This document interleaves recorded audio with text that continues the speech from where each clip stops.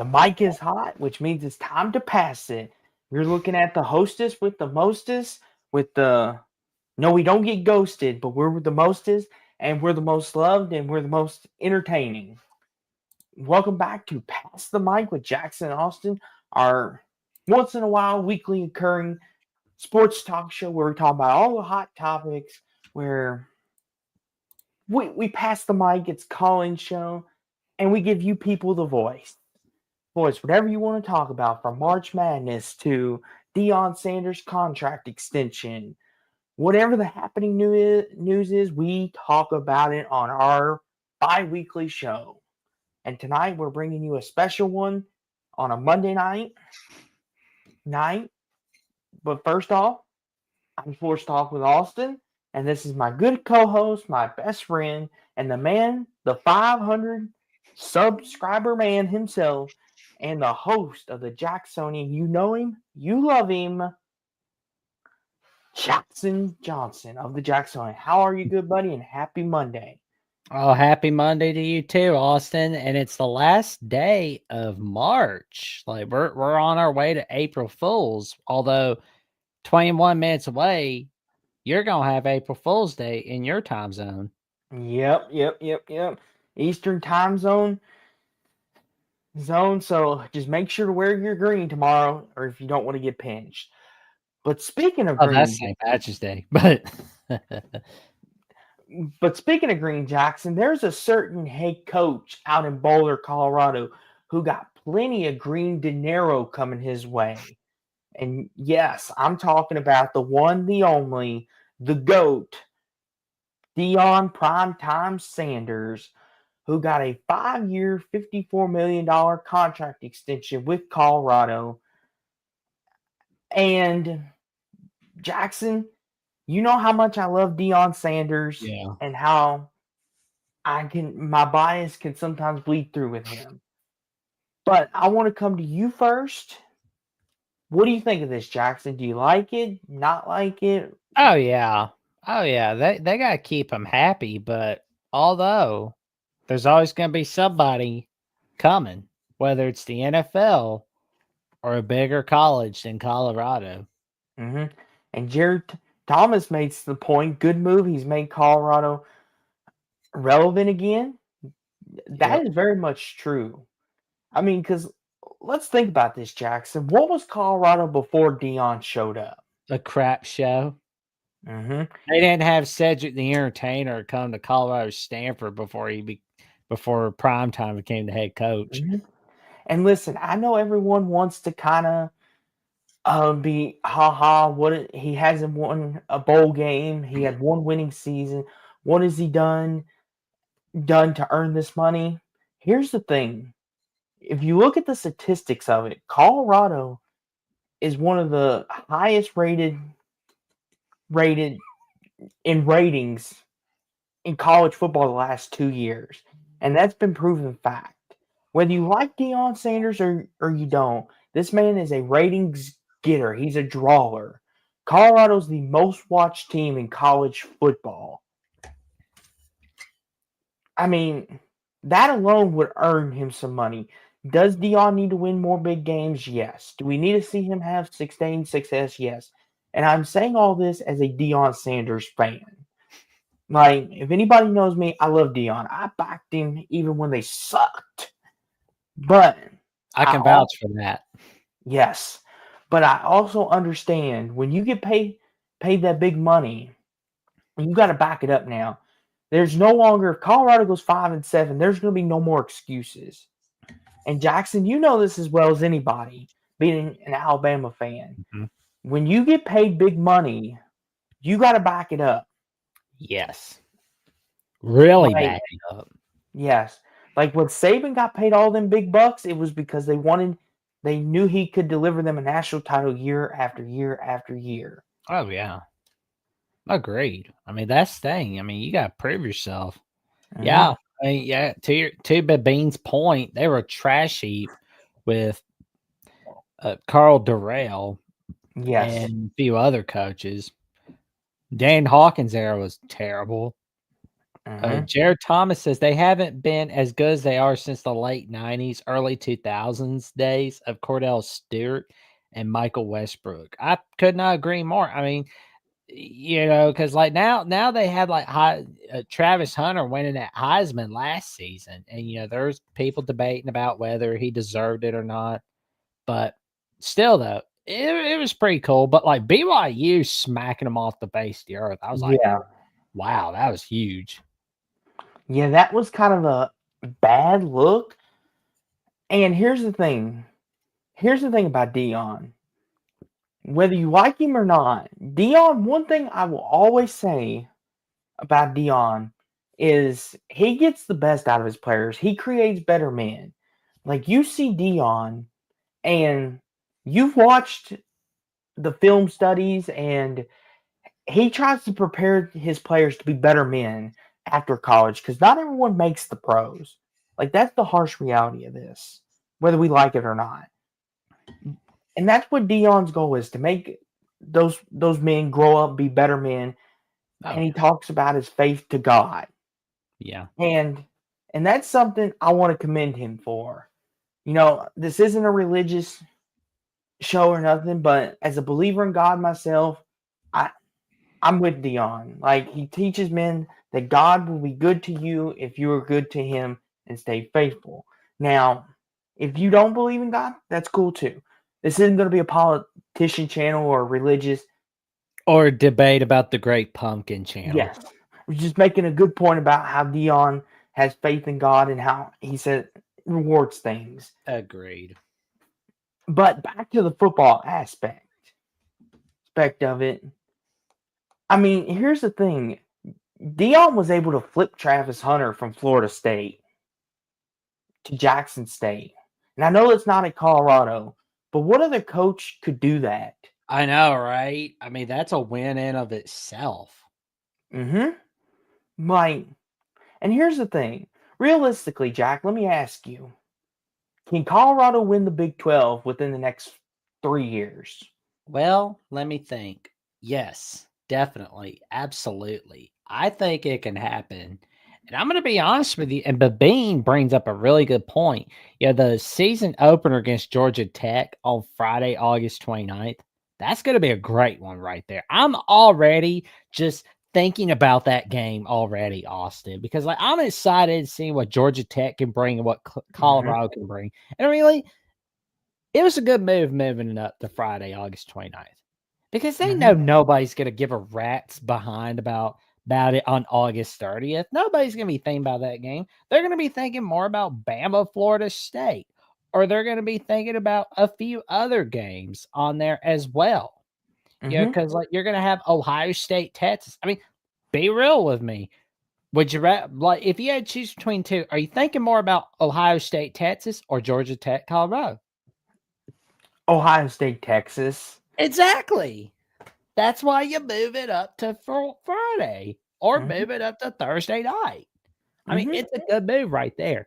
And, you know, I want to see what Colorado brings in 2025. I mean, will it be better? Will it be a little worse? We're going to wait and see. We'll wait and see. I mean, it looks kind of cream puffy, so to speak. Because, I mean, like, we don't know really what to make of Houston. Although, to be fair, I could see some Kenny Dillingham vibes with Houston in 2025. I mean, the first year of the Kenny Dillingham era was a crap show. Yeah. Most of the games they lost, they were by more than double digits. Same with Houston last season in the first year of the Willie Fritz era. Not saying Houston's going to be like Arizona State, relax, but just saying they could be that surprise team. Mm-hmm. Uh, the BYU rematch on 9/27, week 5. That's going to be huge. That'll be huge. Mm-hmm.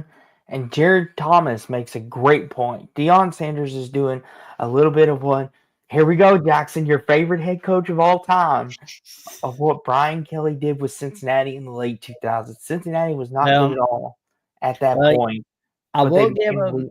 I will give Richard. Brian Kelly this. He did win a lot at Cincinnati, but he could not win the BCS. But which I'm not going to give him crap for that at Cincinnati, but I'm going to give him crap for that at Notre Dame and LSU because, like, you're at Notre Dame, LSU, you're supposed to win those big games.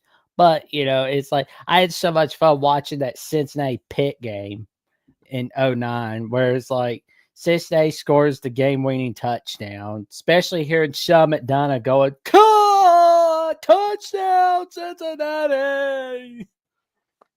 And I'll say this too, Jackson. Here's my thing about it, and to Jared's point. Now that Deion's got this big payday, next year for Colorado, what's the expectation? Other than bring great TV ratings, bring the celebrities, bring the money. Colorado should be what? Winning 8, 9 games every year, Jackson? That should be the expectation. Yeah. I mean, and Jared Thomas asked, but didn't Cincinnati beat either Utah or Miami in 08 or 09? I can't remember. Jackson, you're a historian more than I am. Well, Cincinnati did. I don't think they went up against Utah in either one of those years. I remember they went up against Oregon State in 2009 in week 3. If you're talking about Miami, Ohio, yes, they beat Miami, Ohio. But if you're talking about Miami, Florida, I don't think they went up against Miami, Florida in '09 or '08 for that matter. Mm-hmm. Utah went against Oregon State in 2008, which that was all week 6 on Thursday Night Football on the Versus Network. No, my Alabama, my bad. Yeah, Alabama lost to Utah in the '09 Sugar Bowl. I remember that now. That Yes. was in the 4th season of the Kyle Whittingham era where Utah went unbeaten that year. Mm-hmm. And I'll say this too.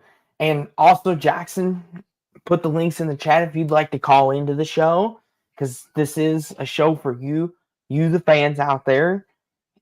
Fans, you can voice your opinion on this or our next topic coming up here in a couple minutes. We've got a couple topics that we're going to give our opinions on. You can too. But as far as this goes, Jackson, I mean, any other thoughts you want to give on it before we go to our next I think one? like Deion Sanders staying at Colorado, I think it not only does a lot for Colorado, but it does a lot for the Big 12 as well. Mm-hmm. And It really helps them. BB asked Jackson, is Deion's contract too much, too little, or just right dollars and length? It's fine. It's fine. Jackson's like, I'll say this. 5 years? I kind of like that. He's fine. Will you be talking about the tush push? That is so dumb that people want to get rid of that. Like, my God, it's like, well, let's talk about it now. That's a crap sheet. That's a crappy move. Like, I'm gonna get rid of the tush push. I want to get rid of the tush push. Like, whatever. Whatever. Divas. Like, I'll say this, Jackson. A bunch of grown ass men wanting to get rid of a tush push. That's a diva move right there. Diva. Here's the thing. Here's my thought on the tush push. Can it be dangerous? Yes. But it's also an effective play too. Because here's the thing, Jackson. If the Eagles weren't effective with it, nobody would say anything. That's the problem I have with it. It's because the Eagles use it to their advantage and are successful. People are like, we need to ban the tush push. We need to ban the tush push. I dare those teams whining and crying about it to do the same thing. And if they do, they'll be like, oh, no, I don't remember complaining about it. We got Packers. Yeah, there's a reason why the Packers aren't winning squat. That's why, and no offense to Bills fans, but there's a reason why they come up short every single year because of stuff like that. Crime, like, do what the Eagles are doing. Do what the Eagles are doing. And oh my God, of course, because Chiefs want to get like what 10 titles, like they're the Boston Celtics from the 50s and 60s with Bill Russell. Come on, man. Come on, man. Well, I'll say this before we we get to our next topic, which you just saw it, but I'll say this with the tush push. The thing is for me, why, Love it. like you said, Jackson, only 10 Jackson. We That's have pretty good. summoned the real MVP. Thank you for tuning in, good buddy. Just because you brought the Chiefs up, Jackson, guess what? You We have got the real here. Good going, yep, Jackson. we have We- summoned the real. Like, oh man. Um, let me see what else is gonna summon him. Here's the thing. I'll say this with the tush Chiefs will not get 20 straight titles. push. Jackson, don't you start. We don't want to be up till 5 a.m. with him. But anywho, before my final thoughts on the tush push is here's the thing. You see the Bills, oddly enough, they do their own version of the tush push, right? And I Mhm. think the reason why they have sour grapes against it is because the Bills and a lot of their fan base thinks they got cheated on that fourth down play. You notice what I'm talking about, Jackson, against the Chiefs in the championship game and the AFC title game? Yeah. I think that's why the Bills might have sour grapes towards it, which is understandable because when it seems like you finally have got the Chiefs and then the refs come and save them, you can understand being sour grapes. Well, I'm gonna Now, be honest though, like the Bills, they gotta stop using up all their energy. Like when going up against the Chiefs, they gotta stop using it all up on the regular season and just wait for the postseason to bring it all up. and Jared Thomas makes a perfect segue. Browns made a mistake bringing in Deshaun Watson / trading Baker Mayfield. Well, and I got to give credit where credit's due. I got to give credit to my partner down here, Jackson, for bringing this topic to my attention. I had not seen this in the news or headlines, but Jackson, I'm glad you brought this to my attention because this needs to be talked about. This is the Browns owner admitting publicly to the world that he made a mistake trading for Deshaun Watson, a quarterback that they thought that was going to take them to the Super Bowl. Good buddy, I know you've got some thoughts on it. Take it away. Oh man. The Browns screwed the pooch big time in 2022, like blowing all their draft picks. Like, oh, well, Deshaun Watson trade was a big swing and miss. Well, that's your own fault. That's your own fault. And guess who's going to be the fall guy? Not the GM, not the GM who traded for Deshaun Watson. We know who the fall guy is going to be. It's going to be exactly like the Colts and the Panthers, where it's like, well, it's not our fault. It's the head coach's fault. We're just giving them like the crappy end of the stick. I Same thing mean, with the Browns. Like, it's like, well, you got a quarterback who has never learned, who has really forgotten the term called keep your hands to yourself. And apparently it has not resulted in a playoff win. And when the Browns did make the playoffs, Deshaun Watson was hurt. Guess who had to bail him out? Joe Flacco. Joe Flacco had to bail them out. mhm, Joe Flacco did. mhm. But I can tell you this though, like Haslam has been notorious for making moronic decisions, making bad moves with the Cleveland Browns. I mean, I know he's like a big wealthy dude and all, but dude should just do everybody a favor. Do everyone in Cleveland a favor and just sell the team. Sell it to somebody who cares about that team, not to someone who just sees an NFL team as a toy that you play with. Like, I'm sick of these stupid damn owners just like treating their teams like freaking toys that you play with. I get it. You're wealthy. You're rich. You got like corporate America money. Okay. But here's the thing though, people are spending their money on your team, making sure that they see some wins. And you're not doing a good job, Mr. Haslam. And believe me, I could go on about several other owners in the NFL, but we'd be here all night, ladies and gentlemen. I just gotta Here's say, like, Haslam is the one of the kings of dumbass decision making. And here's the thing, too, Jackson. I normally I try to look at the glass half full. In before Deshaun Watson tore That his cup is ACL, full of piss. That's the way I look at it. but before Deshaun Watson got hurt, and before the he got in trouble for not keeping his hands to himself, Deshaun Watson was regarded as one of the best quarterbacks in the NFL, and the Browns And thought they were a piece away from winning the Super Bowl.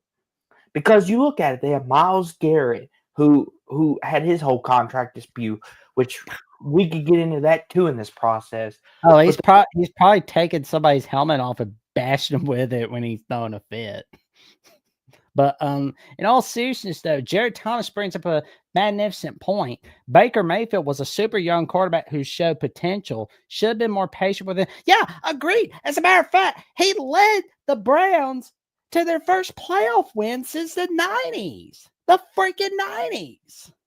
mhm, And agree, he's turning star. But the Browns, the moron leadership threw the baby out with the bathwater and decided, well, he was playing hurt 2021. Yeah, he helped us make some history in 2020, but nobody cares about 2020. So we're just gonna get rid of Baker Mayfield because he's not mature enough. He's not grown man material. So we're gonna trade all our picks, mortgage our future for Deshaun Watson. Yeah, well, karma's striking you in the butt, Cleveland, and you deserve it. You deserve it.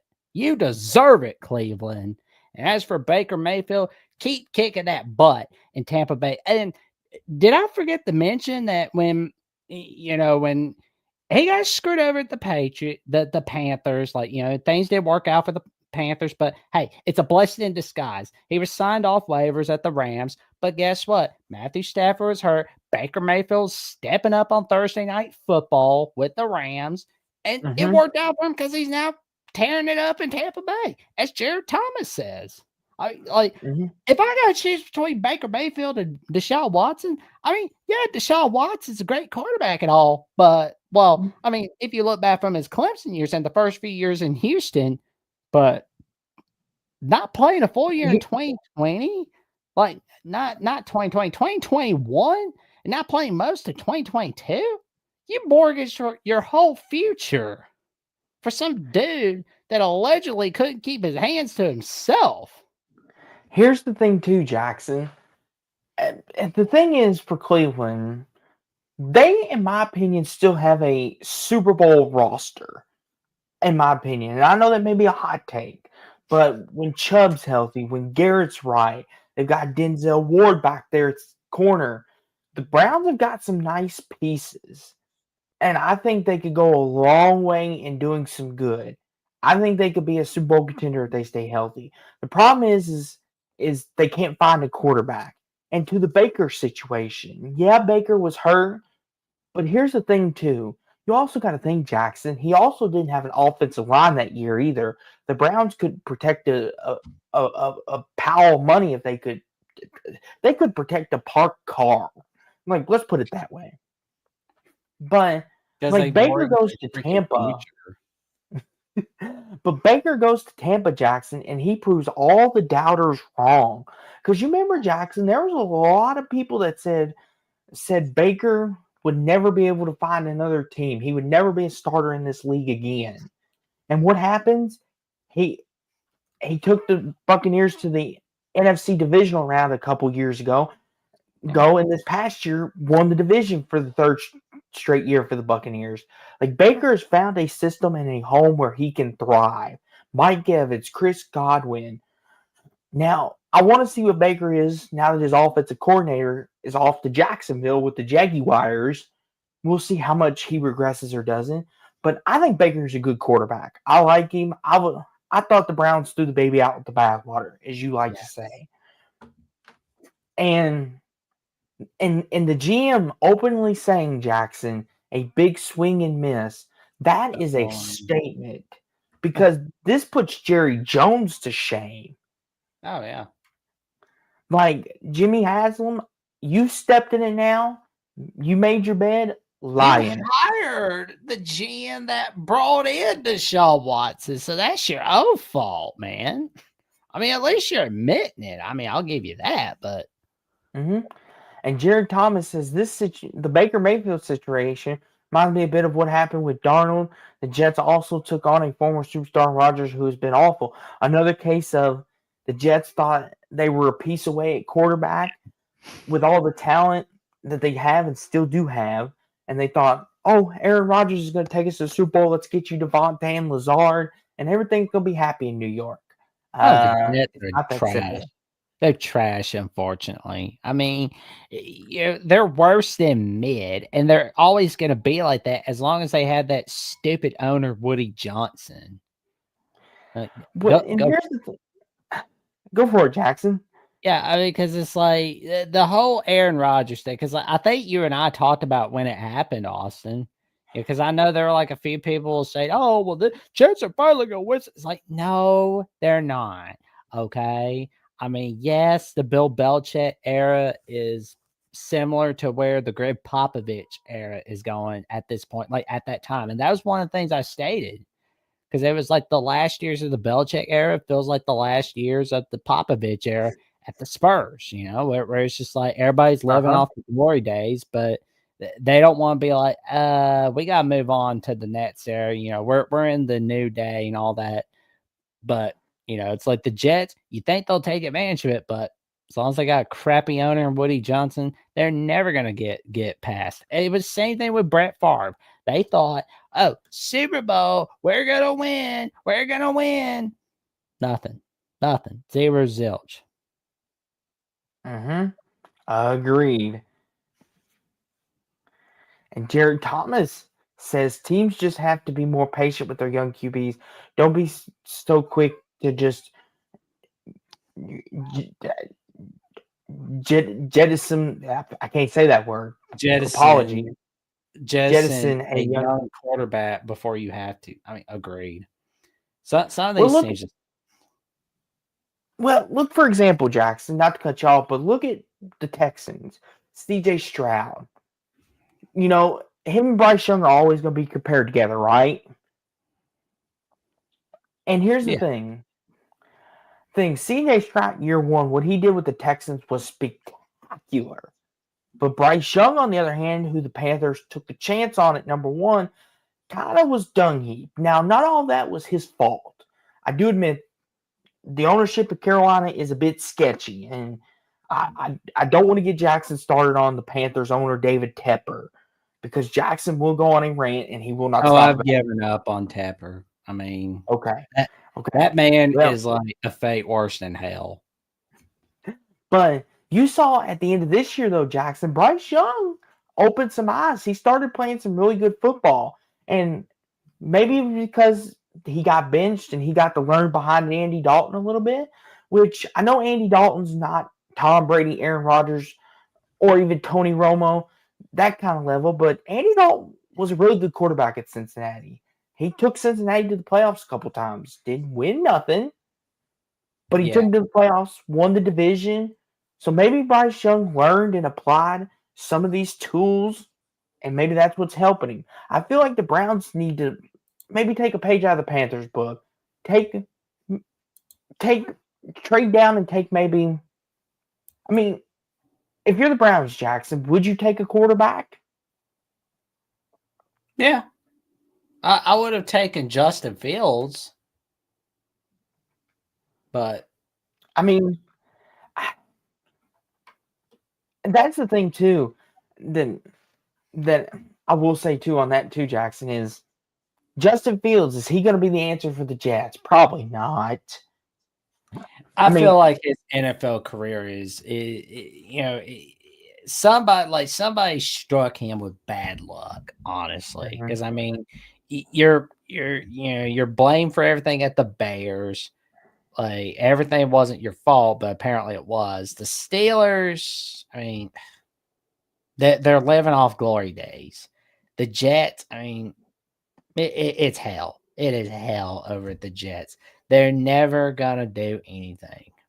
Mhm. Never. And I agree because I think like Marvin Lewis, like the why he stays on, he probably had some dirt on his bosses or something. I mean, AJ Green Jackson was one of the best receivers for his time. You had Geno Atkins, you had Andrew Whitworth. I mean, you had Bernard, you had Ben Jarvis Green Ellis, a name from the past. I mean, the Bengals, they were, like you said, an underrated team. But like you said, the coaching, so.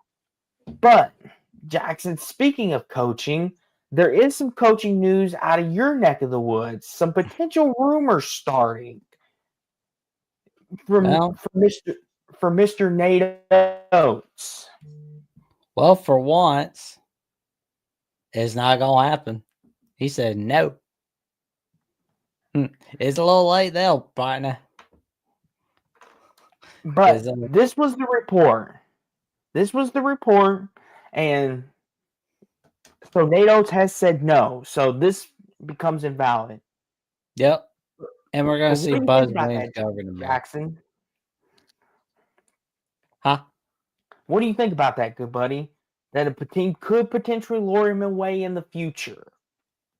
I mean, if there's somebody like I mean, if he was gonna get lured away, Kentucky would have been the ones doing it, or it would have been North Carolina doing it. I mean, here's the thing. Now, do you think there is some truth to this report that he might be frustrated with y'all's NIL support, though?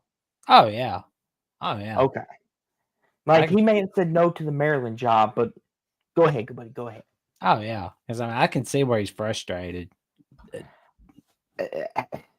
Here's the thing. I mean, if Alabama continues to make Final Fours and Elite Eights, do you think the school will start supporting him a little more? Absolutely. Abso-freaking-lutely. And Jackson, you got congratulations from Mr. Tim Prangley, Mr. USC himself. Thank you very much, Tim. I appreciate it. Check out the Magical College show that he's got on LAFB Network where he takes your calls on the USC Trojans. Stay tuned for more. Howdy, Mr. Tim. Congratulations on your new promotion. Look forward to checking it out. Always love your USC content, Tim. Because me personally, like, I know a lot about USC, but I don't know near enough as you, good buddy Tim. So I get my information from you. But speaking of get information, there's a certain somebody, Jackson. We have a returning caller. He's legendary. He's known for his love for the SEC. He's a Kansas City Chiefs fan. He loves us to death. But he drives me nuts being a Kentucky fan. The real MVP is here on Pass the Mic, and he's here to take the mic and drop a pipe bomb. Well, hello, gentlemen, and congrats, Jackson, on 500 subscribers passing it. You're almost at 600 already, which is pretty crazy. Well, I thank you, man. I appreciate it. Yeah, you're doing a good job. So thanks, and hopefully, Austin, one day you'll get there. I know you just keep doing the hard work, and I'm sure you'll get there as well. Can I tell y'all something? First off, Deion Sanders deserves absolutely this contracting extension.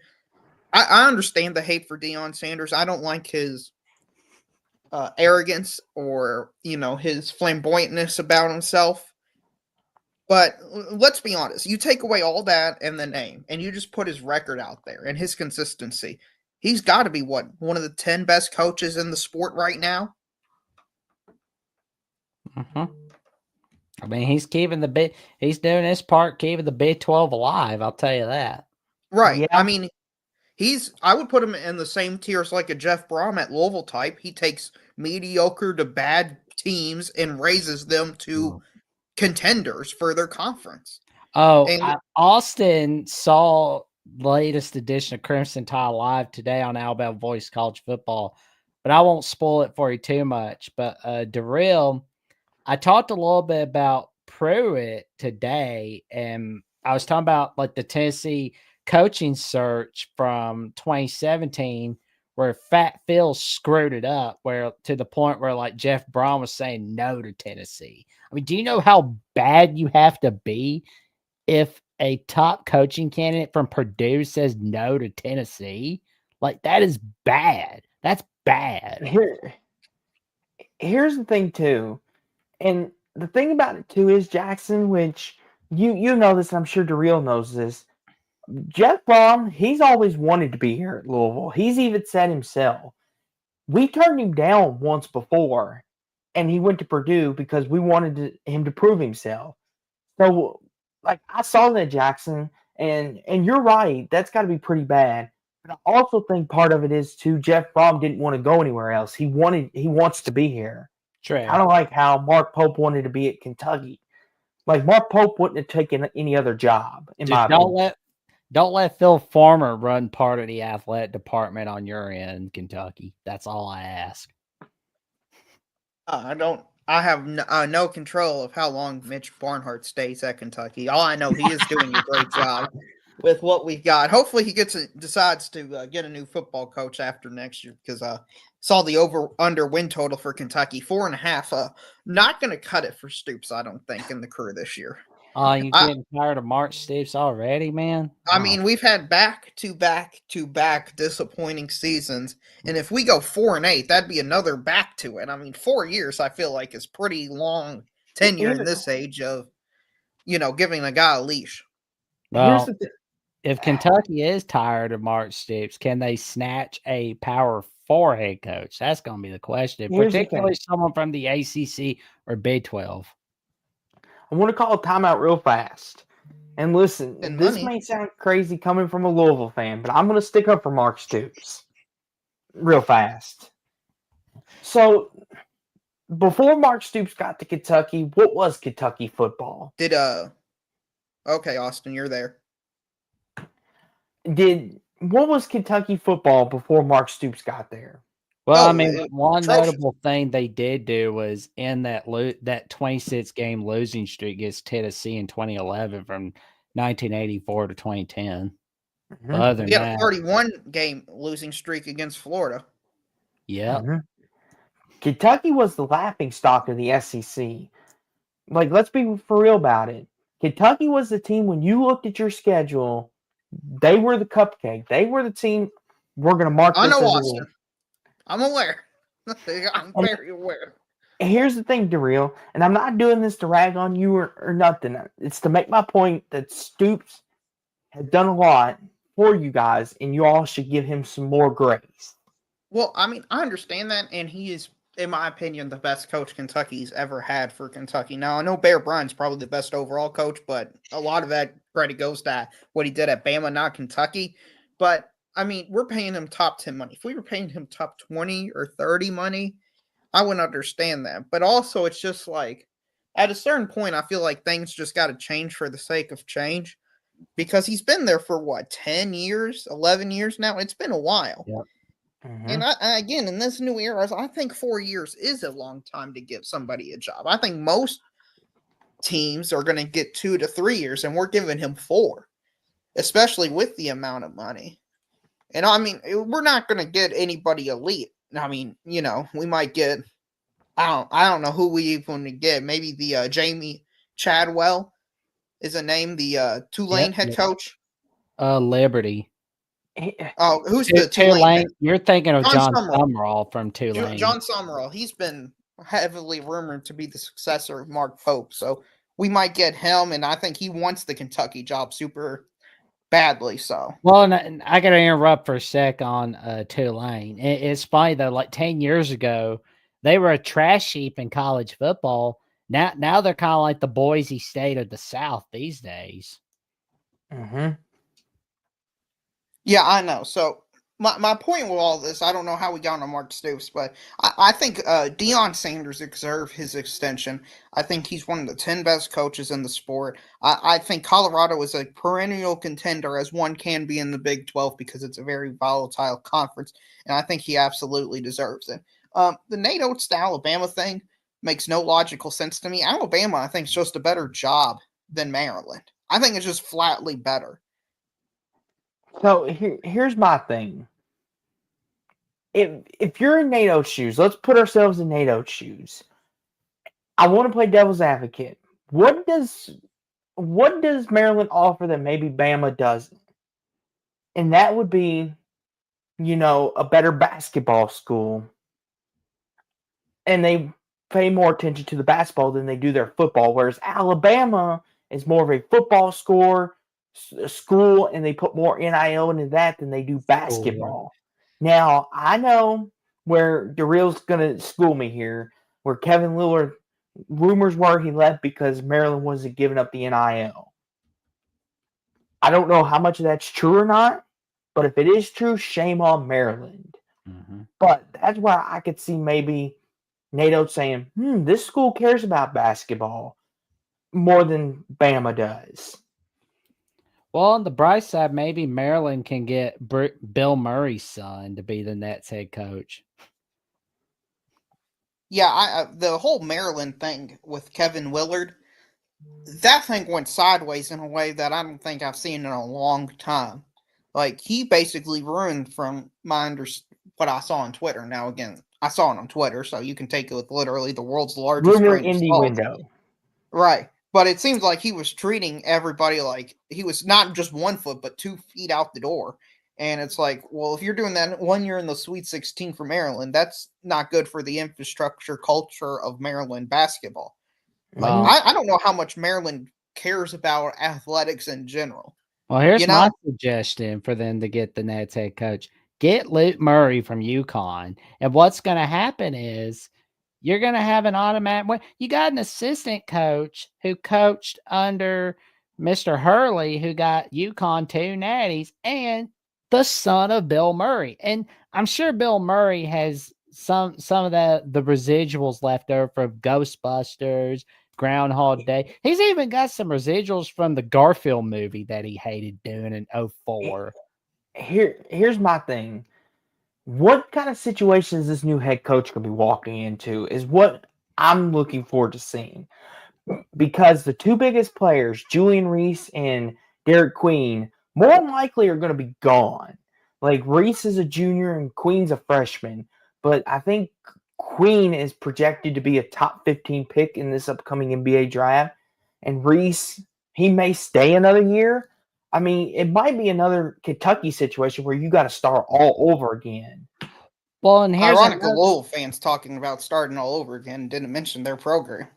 Well, here's another benefit to having Luke Murray as your head coach. As I stated, not only have you got like Bill Murray potentially giving away, putting a lot of his money into NIL funds, because, I mean, let's be real, he's going to want to see his son succeed as a head coach, I mean, most like any father would for his son or daughter, And, also, we've looked at like Bill Murray, for those who don't know, like, besides the fact that he's an amazing actor and, he had a great appearance on the Joe Rogan Experience 5 weeks ago, that was a damn good episode, by the way. He is a noted Chicago Cubs fan. And, he's sung like the Take Me Out to the Ball Game, like once in 1998, once in the 2016 World Series, humongous Cubs fan, loves the Bulls. Humongous sports fan. You want a guy like that making sure they spending his money on NIL funds. Like, I'm surprised nobody's called Bill Murray to be a team owner, honestly, because honestly, that's a guy I think should own a team in the sport world. I mean, if it was in a perfect world, he would be owning a team by now. Mm-hmm. Well, I didn't realize you were so high on Bill Murray. Jackson. Well, I'm high on Bill Murray's kid being the Nets head coach of Maryland, and Bill Murray's one of the main reasons why. I mean, that would be a splash higher. I mean, it'd be different. It'd be out there, but hey, I mean, I think Maryland just needs to have attention on their program. I think there's a real shot they just kind of fade into the abyss. Luke Murray. That's why you get Luke Murray, Darrell. Right. So now I kind of want to shift gears, if that's okay, into something a little similar, but a little different. Is the basketball tournament, March Madness. This year has been, listen, I think March Madness is my favorite sporting event the entire calendar year. The 4 days between the Thursday and Sunday is by far the best 4 days in any sport. But this year, let's be honest, guys, it was pretty bad. It was really bad in terms of like competitive games, not in terms of just scores, but upsets as well. We only had 3, maybe 2 actual upsets that occurred. There was no magical Cinderella run this year. There was nothing exciting that really happened. There was like one buzzer beater that happened. Are you all kind of disappointed in the tournament? I'll say this real fast, Jackson, before you go. I've always said this, and I've been on record saying this. I think March Madness is the greatest American sports tournament that we've got today. There's nothing better in it, in my opinion. And Jackson, now you can go first on his question, good buddy. I had to get that out there. Well, and I'll be honest too, where it's our buddy Dave Belansky was saying in the chat yesterday where he's worried about the state of March Madness and where it's going. I think it's just a one-off year. And besides, it's the second time in March Madness history that we've got all 4 1 seeds in the Final Four. That's not something you see every year. Now, as a Bama fan, I would hate to see our rival Auburn win it all, but then on the other hand, it would be good for the state of Alabama. It would be great for the state of Alabama. And also, anybody but Duke. For the love of God, anybody but Duke. We don't want to hear a thing about Cooper Flag. I mean, another personal against Duke, but it's just they win too much. Here's my thing to your question, Daryl. Are these the 4 best teams left? I would say yes, but I can also make an argument, and you all may disagree with me. I think Texas Tech was the better team against Florida. I think Texas Tech should be here right now, but if close was, it would count hand grenades and horseshoes. But in my opinion, I feel like Florida got outplayed a couple different times in this tournament. They're the one team I would make a case for that do not belong here, because I can make a case they got outplayed by UConn and they got outplayed by Texas Tech. And I know Daryl may be a little mad about that because Florida is representing the SEC, but that's just my opinion. I think Texas Tech should be here. But as far as the other 3 go, Auburn, Duke, Houston, by far, yes. Florida's the only one I have a problem with. But to your overall question, Daryl, this tournament has been kind of lacking. I mean, BYU was kind of giving us a show for a minute, but then Alabama used all their 3-pointers on BYU, which thanks a lot, Jackson. Now we got to listen to Duke some more. But anywho, don't blame it on me. But I would say overall this has been a tournament. Right. I don't know what they're going to take in terms of the one shining moment in terms of competitive, because the only thing that really happened this tournament was Clemson lost to McNeese. Colorado State lost at the buzzer. Colorado State, as a favorite, beat Memphis, and Drake beat Missouri. Outside of that, nothing of any interest really have. Oh, and Arkansas, I guess, beat St. John's. They were Cinderella. Yeah, I know. But Calipari, do we consider Calipari a Cinderella in any situation? I don't personally. No. This year he might have been, because he was able to pull that out of that team. A bunch of mismatched players. I mean, I guess not, since it's Calipari. Right, but my point is that's basically the only 4 things of actual interest that have happened this entire tournament. It's honestly kind of astounding how few things have happened in this tournament when considering just how many games there are. And to me, people are freaking out over this tournament, saying like I saw Stephen A. Smith said this could be the death of the tournament. I saw, people worried that it's interesting in college football. Stephen A's always freaking out about something, but he's hilarious. That's true. But I just want to make this point. In college football, people are saying the portal is going to expand the field and add parity. Ooh. Meanwhile, in college basketball, it's shrinking the field and it's getting rid of parity. I don't think both those things can be true at once. Here's the thing. If anything, Daryl, it should be the opposite. Because here's the thing. As crazy as it sounds, let's say, for example, Daryl, the number one team in both sports. Let's take Ohio State and Florida, or Ohio State and Auburn. We put them up against the 16th ranked team in prospective tournaments. Who's more likely to get upset? Auburn, because there's a chance Yeah, the Auburn. basketball team. Yeah, in basketball. Yes, let me clarify. Basketball and football. There's a chance that Auburn could go cold from the field, and Norfolk State or UMBC could shoot the lights out, and Auburn's going home, whereas Ohio State would have to have a lot of things go wrong for them to lose to the 16th ranked team.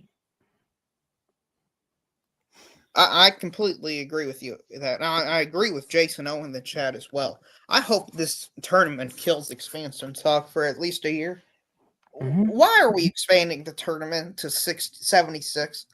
I mean, Why we play the don't need regular 60. season then? Right. If we're just going to do that. Like, not to cut you off, Daryl, but it's just like, it's frustrating because win your damn games. Pardon my language. Win your damn games. Like, stop complaining about being the 88th best team and thinking, oh, we need a shot. We need a shot. Well, win your damn games, okay? Then you get a shot. Go ahead, Daryl. My apologies. No, Okay. you're completely justified and valid in your opinion. I just think this goes to show you that in terms of, this is one of my favorite arguments, is this slippery slope's never ending. We'll expand to 76 and then 99. We'll expand it to 88 and then 99 and then 128. It's all we do is expand. We never contract. But something else I was going to mention to you about is in terms of the tournament is, Tennessee.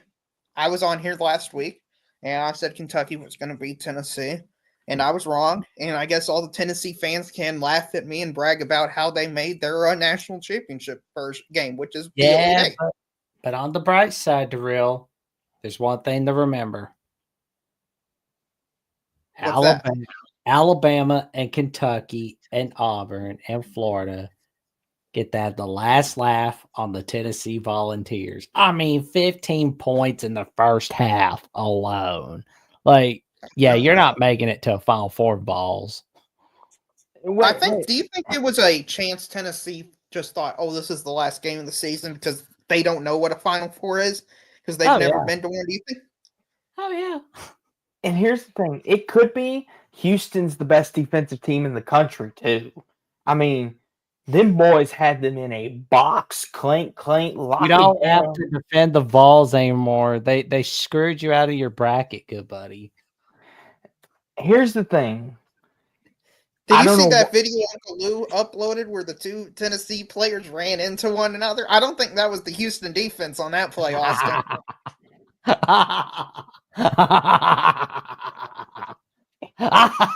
Listen, Daryl, I know you're reveling in this, and Jackson, as you can see, is laughing his head off. I'm trying to make myself feel better for picking Tennessee to go to the Final Four, okay? That's a rookie mistake. Never pick Tennessee to win. Advice for next year. Don't pick Tennessee to go to the Final Four next year.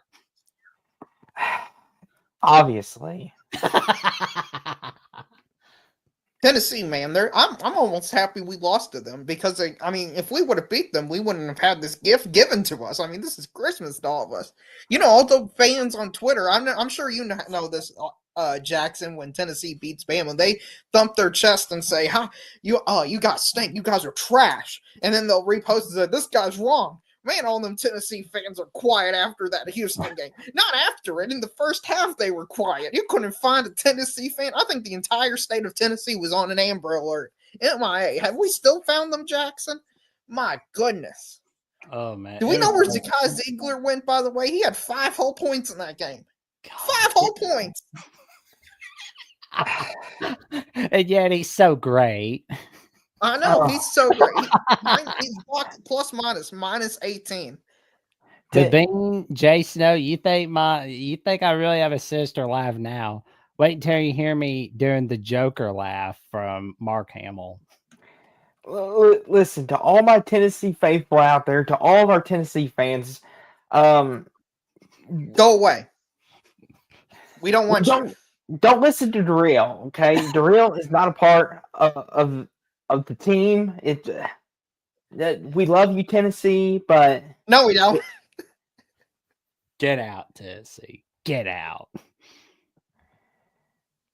Good question from Lucas Hill at Inside the Huddle. That is a good question. Do it anyway. Do it anyway. Yeah, the NCAA just continues to be somebody who steps on a rake and then that rake hits himself in the face, and they're like, "Oh, I wonder what happens if I hit it. Do it the same thing." Yeah, I mean, this is that's so funny, Darrell. You just had me thinking about one of those Tom and Jerry cartoons where Tom does exactly that. Right. I mean, this is such an easy win for the NCAA. I mean, I can see literally no downside to this. Both teams want to play. The coaches want to play it. The players want to do it. The fans would enjoy it because we'd actually watch it. You know, it's something interesting. I hope this guy's right. I hope this is correct. The NCAA is done by the end of the decade, or they actually became like the NFL, where they have statutory protections to where they are. Go on, Darrell. It's okay. So I hope they have statutory protections if they're still around. That way, they can actually enforce rules and stuff without having to be afraid of being sued. But if they can't, I hope they just go away and the playoff committee or whatever takes over and says, this is the way we're doing things. Here's what I do. I would just, if I'm Syracuse and Colorado, I'm just acting like I'm obeying the NCAA. But then when the cameras aren't looking, I'm just going to do what I want to do anyway. Do that little scrimmage. Do what I'm going to do. I'm watching. Exactly. Would you watch it, Jackson? Yes, definitely. Absolutely. I don't know where Colorado or Syracuse are televising their spring game, but I don't think it's on ESPN because, we got to see pickleball or badminton or baseball. Eventually that's what ESPN's going to do is like, because they treated the Major League Baseball like trash. So they're going to be like, oh, here's some programs for this summer. We only care about, the SEC football teams. We only care about the NBA. We don't care about NHL. We don't care about MLB. We don't care. We're just going to dump the MLB on somewhere else. Oh, we might as well air pickleball. It's like, why are we not making enough money? Because you think everybody wants to watch pickleball and you ran off the MLB, morons. No. I'm so shocked those cricket viewers aren't just translating into millions and millions of people. Oh, man, that's so funny. Sounds like he's I would not want to be president. That's too stressful. Like, good God, I'd hate to be president. Well, and you all saw this too. Mike Gundy suggested we have spring bedlam. He just does not care about the bedlam rivalry, does he? Like, Jackson, I know you at heart is dying on the inside hearing that because you want to see it played on the football field, not in spring. Yep, Mike Gundy, get out. If you keep having crappy seasons in Stillwater, I'm going to tell you, get out. I'll tell you what, that was one of my favorite storylines from the Big 12 is all these Oklahoma State fans hyping themselves up just to go 0-9 in conference play. That was great to see. They were talking about how they got Ollie Gordon and how they got an elite head coach, and turned out they were complete trash. I mean, embarrassing trash. Mm-hmm. Well, Darrell, you ever watch Locked On Oklahoma State with Cody Stovall? I've seen him a few times. He's a cool dude, and he's one of the guys that's very logical, because like I remember where it's like I've had a couple conversations. I've had him on a couple times on the Jack Sonning where he's been like one of the few Oklahoma State people that's been like, look, you're way too high on Mike Gundy, way too high on the Gundy era. Yeah, he's an 8-4 head coach. Yeah, I mean, because like you could hide behind the fact that, oh well, Nebraska's in the Big 12, life is hard. Oh well, Texas, Oklahoma, you're sharing the South Division with them. You're sharing the South Division with Mike Leach at Texas Tech. Guess what? Nebraska, Colorado leave for different pastures. Okay, Oklahoma State wins Big 12, but Texas A&M, Missouri, they leave. But guess what? You still have to deal with Texas, Oklahoma. Texas, stinking pile of trash. Oklahoma, they're always contending. And, several years later, Texas, Oklahoma, like, you know what? We're going to leave for greener pastures named the SEC. We're going to the SEC. Oklahoma State, now's your chance to take over. And like you said, Darrell, what do? They stink it up, go 3-9. Stink it up by going 3-9. And then you got what are you gonna do in 2025? You're gonna go 8-4? You're gonna go 9-3? What are you gonna do? Like, I mean, 2025 may be your last chance, Mike Gundy. I honestly don't I haven't heard much hype around the Oklahoma State program, and usually that's not a good sign going forward into the year. Like, you hear all the Penn State, Texas, those type programs, like Utah last year hyping themselves up. I haven't heard a single Oklahoma State fan out there, so I'm not expecting much out of them. But you never know in the Big 12. I mean, the Big 12 is just such a general dumpster fire that anybody can win that trash can of a conference.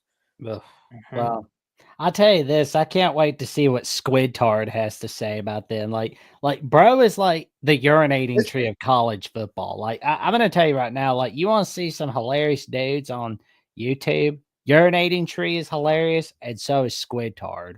Because they're like eerily similar, and I'm here for. I think like Squidtard called quite a few times on The Voice of College Football.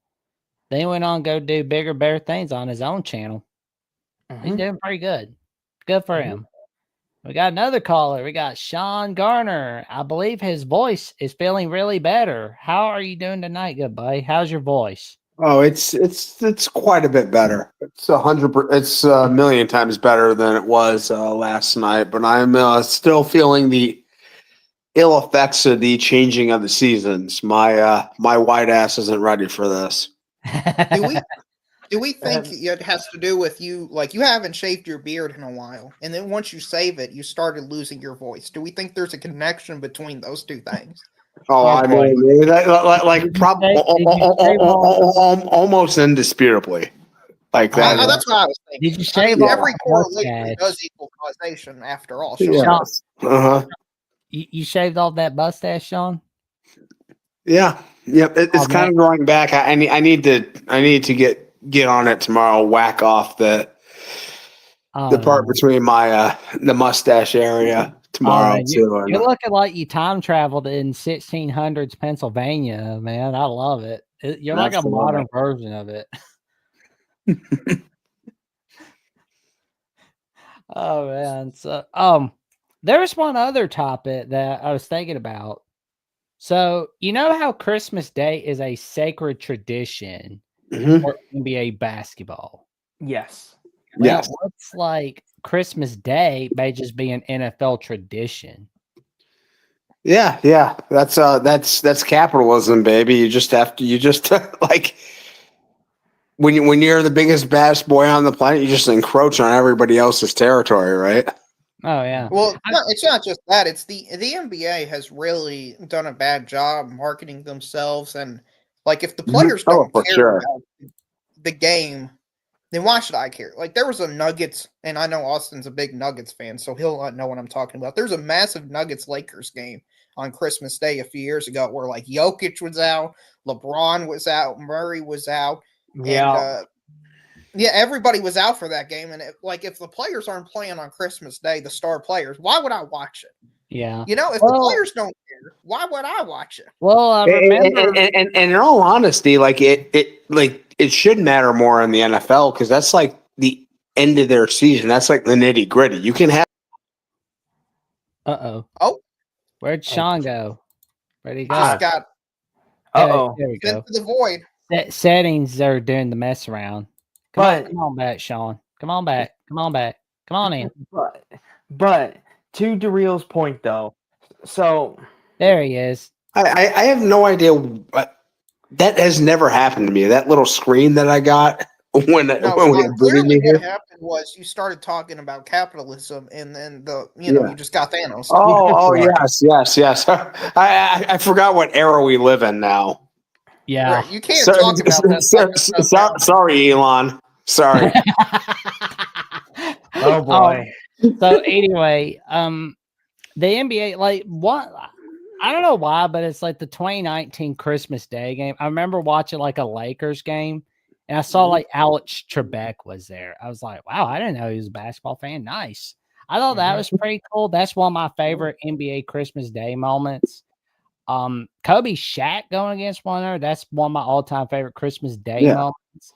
But the NFL on Christmas Day, because like I feel like we're gonna see it on Netflix again. Like honestly, we're gonna see like what's gonna happen is I feel like we're gonna see a game on Amazon Prime and we're gonna see a game on Netflix. Because I mean, like, why do you think Netflix is doing like some of these mass cancellations on some of the good shows like Inside Job? Like, why the hell would you cancel a good show like Inside?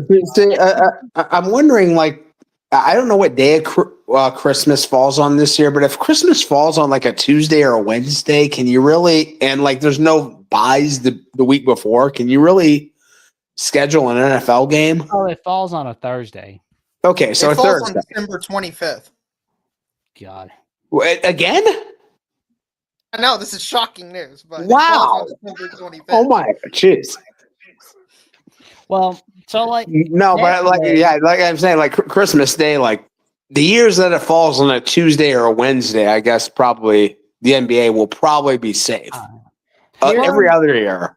Well, like the whole thing about like NFL and Christmas, and I talked about this with Nathan Brown from College Football Mafia, that the reason why I think that like we see like Netflix canceling all these really good shows, what like Inside Job and like the one with Jason Bateman and a few others, like the reason why we see them doing that is because they're cutting costs, they're saving money. They know damn well that they got to do something. They got to do something. I mean, hell, they even cut their like Simpsons equivalent of Netflix, Big Mouth. They cut that show off, which that tells you one thing. They are planning on getting an NFL TV contract, and they are going to take it from CBS or Fox or.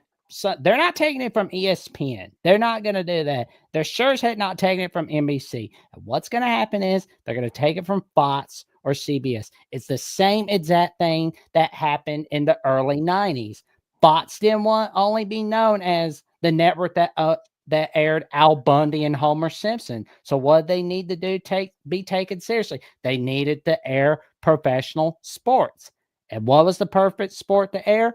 NFL football. So not only do they like scrounge up enough money, make sure they got enough loans, bet all their life savings on getting an NFL TV contract, they wanted to make sure they were taking it from NBC or CBS. What did they do? They did the impossible. They took it from CBS, and to do you one better, they took Pat Summerall and John Madden to be the number one commentating team. And I'm going to tell you right now, the NFL on Christmas Day tradition on Netflix, that's what's going to happen. You're going to see the NFL take TV contracts from either CBS or Fox. You're not going to see NFL on one of those networks in like the next 4 to 5 years. You're going to be, because they know like Amazon Prime's beating them.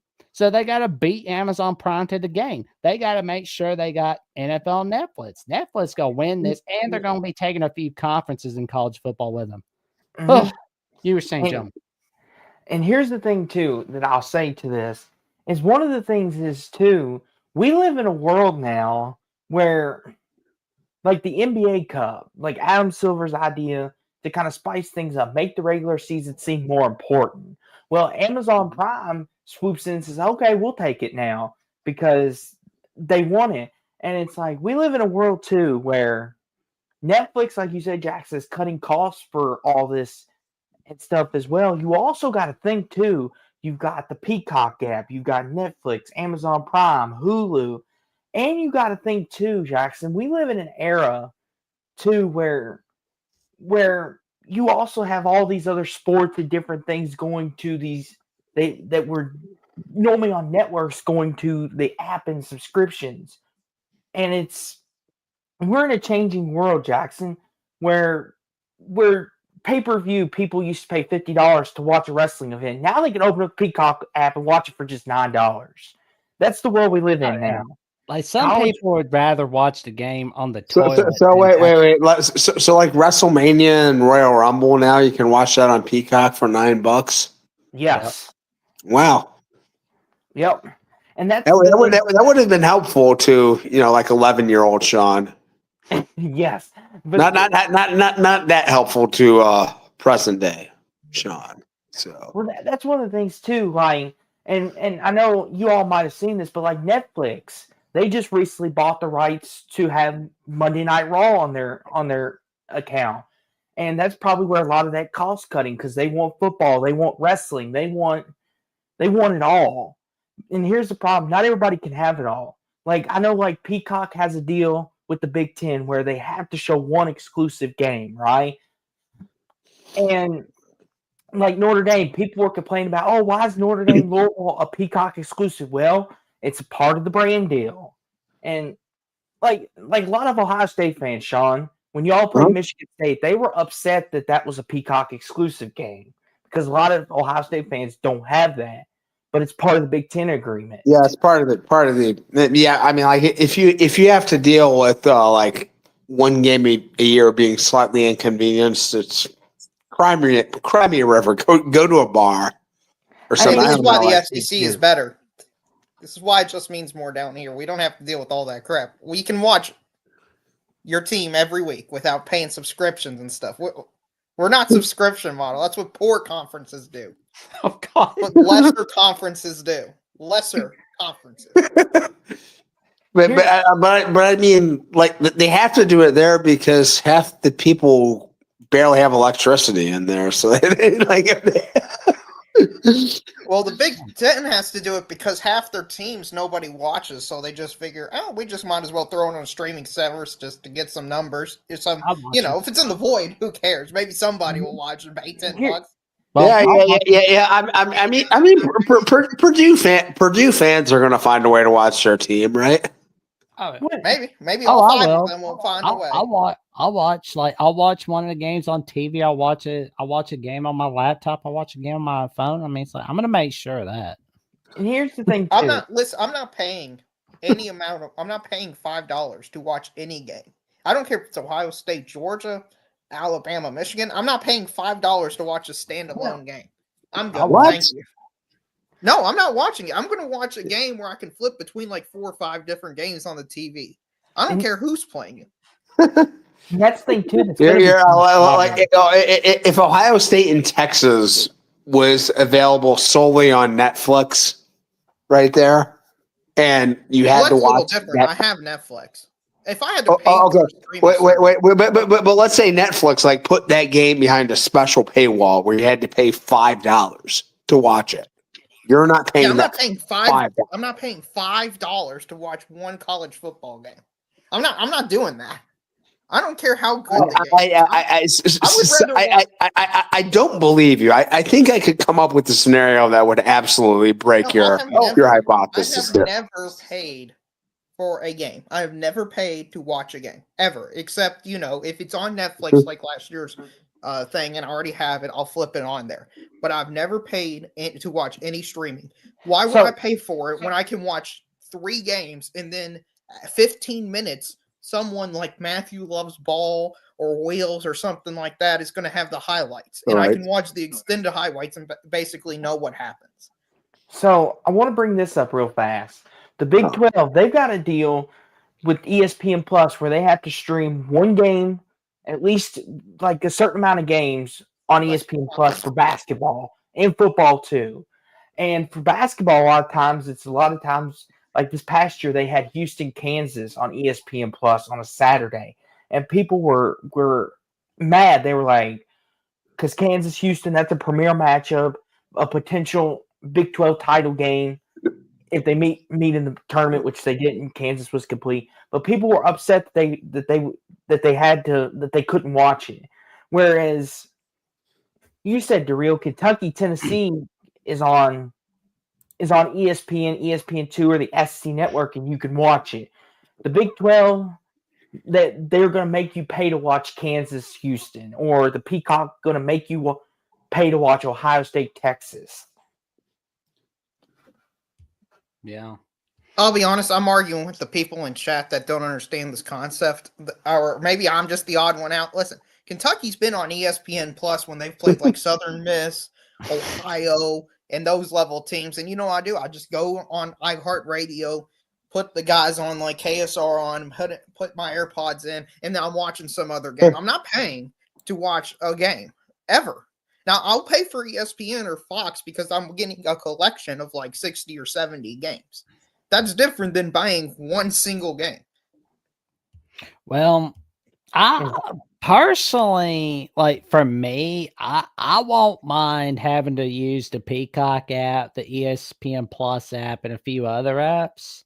Because but I'll use it because it's literally my job, because I'll do it, but I'm not gonna ask anybody else to do that kind of stuff. It's like I'm not gonna do that, people. It's like no. I'm trying to understand hummus here. What do you mean by this? How is my thinking wrong? If I'm paying because Ohio State Northwestern's on Peacock, and I don't care about anything else on Peacock, what else am I paying for? I'm not gonna watch the other crap on there. Like some people like that stuff, and that's fine. You all can do whatever you all want to do, but I'm just telling you from my experience and what I value. I'm not paying to watch one game. Here's the thing. Here, let me call a timeout and see if I can't get Hummus's point a little more across to you, Daryl. So what he means by Peacock is they give you variety of options. On Peacock, they have a thing where you can watch 4 games at once. Because I've got the Peacock app. I've had it for a long time. Where you get the Octo Box, where they take you through, especially during college basketball season. They give you the Octo Box where you can watch Northwestern Ohio State. You can watch this, and they take you through the live coverages. You could pick out a singular game. Whereas pay-per-view, you're stuck with one game and you have to watch it, and there's run times on it. Because pay-per-view, if you go over, the satellite dish cuts it off. Like, I've experienced that myself. But I digress. Whereas Peacock, they got the Octobox, and there is no runtime. You can watch it as many games as you want at once. Okay, so it's similar to YouTube TV in the way you can watch 4 games at once. But is it? Yes. From my understanding of Peacock, it's affiliated with NBC, so they're not showing like Fox and ESPN and that stuff on there. So you can only watch how many? Can you watch 4 good games at once? Is that even possible? I could. I know you could, Jackson, because you would watch Navy, Ohio, and consider that a good game. You're a degenerate. God bless you. Jackson, your opinions no count here. You're just built different, Jackson, okay? You're built different than everyone else, and you just got to recognize it. Ohio State versus Toledo would be a good game to you. Right. So my point is I can just have a cable subscription. I could flip through like 5 games, see which one's not a commercial, watch it, and I'm not paying to watch that specific game. I'm watching to pay for the entire bundle through the entire season. Whereas if a Peacock, I'm paying for that specific set of games for the month. Okay. And then I got to pay. But I would question this: like, have you paid like $5 for anything that gave you like less value, less entertainment than you would from a football game or a basketball game? I'm pretty sure you throw $5 away on the regular just. The shot get cut out again. He's talking bad about capitalism, Sean. You can't be doing that, man. So anytime I start talking about money, come on over, Jim. Here's my idea for the Peacock. It's like I got steaks, hot dogs. I'll be grilling. Potato salad. I'll cook you up a nice meal, and we'll watch the USC game together on Peacock. So maybe I don't understand. How many games does Peacock show per week? They probably show like 4. Okay, so my point is when I have cable, I can watch the Big Ten Network, the SEC Network, the ACC Network, Fox, NBC, CBS, ABC, and the ESPN games. So why would I rather not just pay for that? I know it's more money. Here's my idea. So you've heard of the USA Network, right? Yes, It's I what- have the USA Network. So if you don't want to spend money on Peacock games, like games that are on Peacock, what if like the games that are the Peacock only games were also on the USA Network? I'd be fine. I would watch it because I could flip through it easily and it's part of my catalog subscription. My point with this whole thing is I'm not paying extra additional money on top of what I'm paying to watch Ohio State, Ohio, or Kentucky, Toledo, or South Carolina versus Jackson State.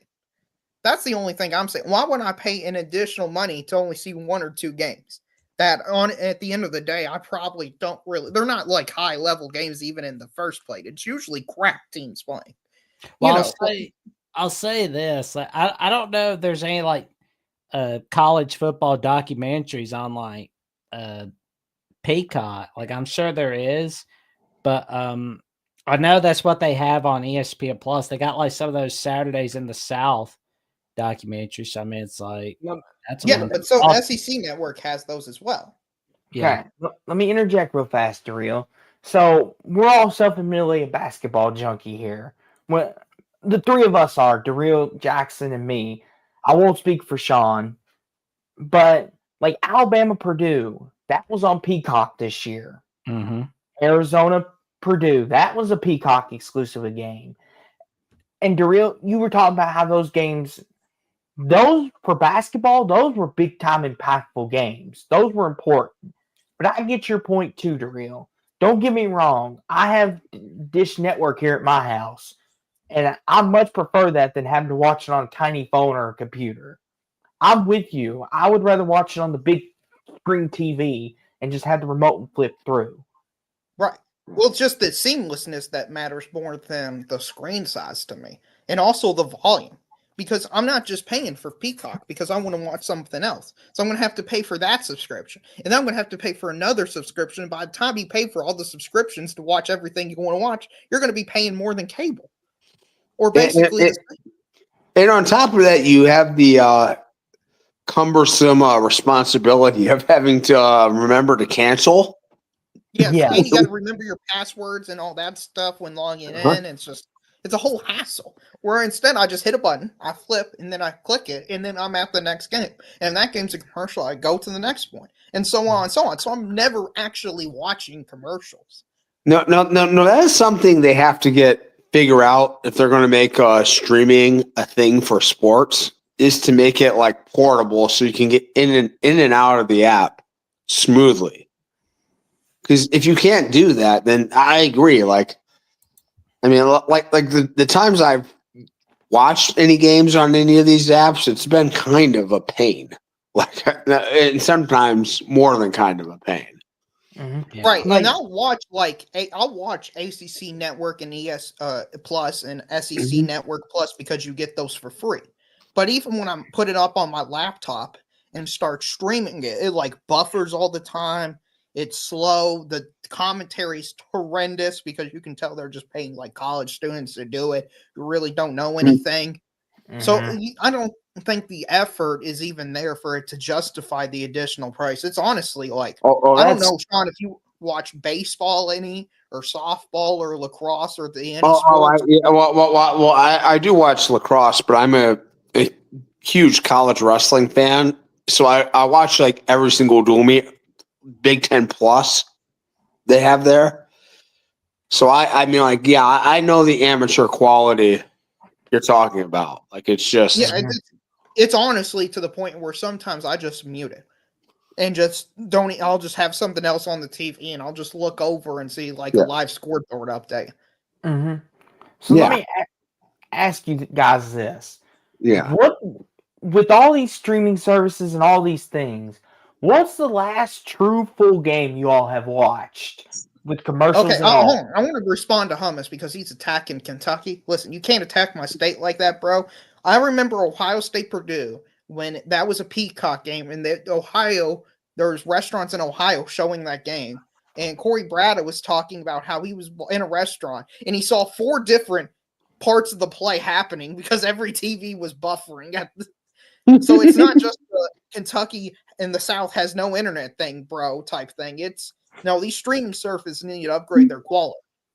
Yeah, But sorry, it's Sean, my what was your state. question? No, Austin? they absolutely do. No, I mean, like it's that's for sure. They need to upgrade so many parts of the production. There was one time I remember in the Ohio State Purdue game I was watching because it's one of the few times I watched Peacock.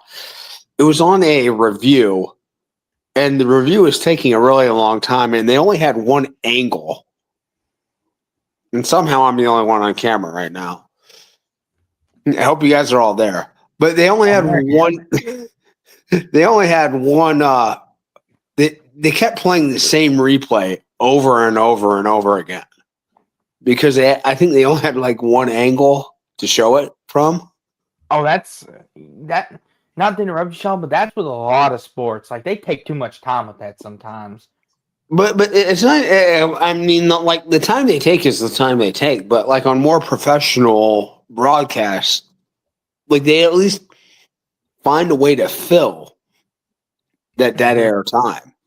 Right, Sean's saying they'll show you like 3 or 4 angles usually, and they'll talk about and say, well, if you piece this part of the play together in this angle, you can see it was a catch or wasn't a catch. Meanwhile, from what it sounds like based on Sean's experience with Peacock, they only had one replay, and it's like, well, this is what we got. I guess we're going to fill. We don't have anything else to talk about. That's my interpretation of what Sean was describing. Yeah, that was it. And it was, I mean, perfect example. I know what you're talking about, Sean, because I experienced this watching Louisville Notre Dame. So there was a play in the game that they went to review for a fumble, and they only showed one angle of it, and they were like, "We'll step out for 30 seconds and come right back." And I'm like, you're just going to show me this one little angle that looks like he fumbled, but it also looks like he didn't. Like, you're not going to show me the other 3, and then they come back and they're like, it was not a fumble. It's still Notre Dame ball. And they showed the same angle again. And I'm like, that doesn't give me no answer. So I know your feelings, Sean. Right. I mean, like if you're going to broadcast these sports at a big time level, you have to like put big boy like money into the production. Mm-hmm. And I guess Homeless Hero just has internet that's just far superior to everyone else's, including all content creation people. I guess he's just got that Elon Musk, Donald Trump type money where he can just have instantaneous access to everything, like he's on Space Force One. So we can't compete with that, Hummus. I'm sorry. Us plebs down here, we just don't have. We're just not built like that. No. Hummus is from I think the same part that I was born in, and I think that's we just got priced out like that Southwest Ohio area. Mm-hmm. It just got too much for us. It was too high class. That's why we moved north. And these broadcast things need to be accessible for everybody.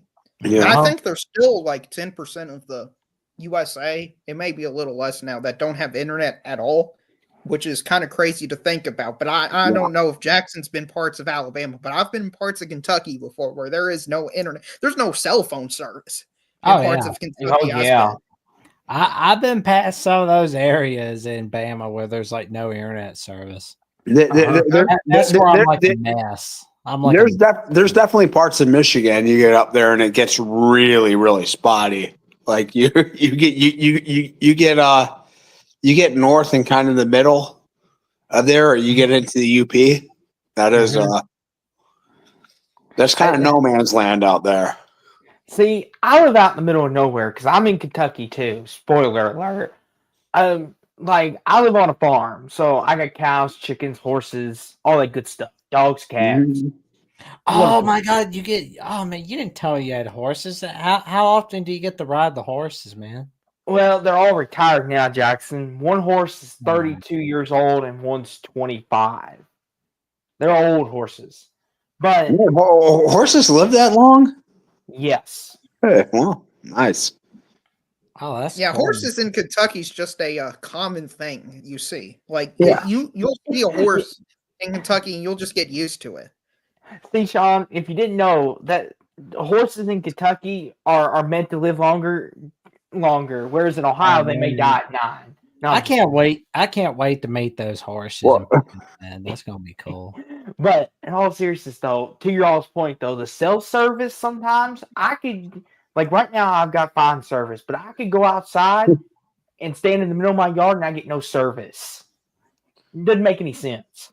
Or I can go right down the road and get perfect service. It just doesn't make It's any not sense. that bad where I'm at, but I've been to places like that, Austin, where you're at. So I have a few places. Like I don't know, sure.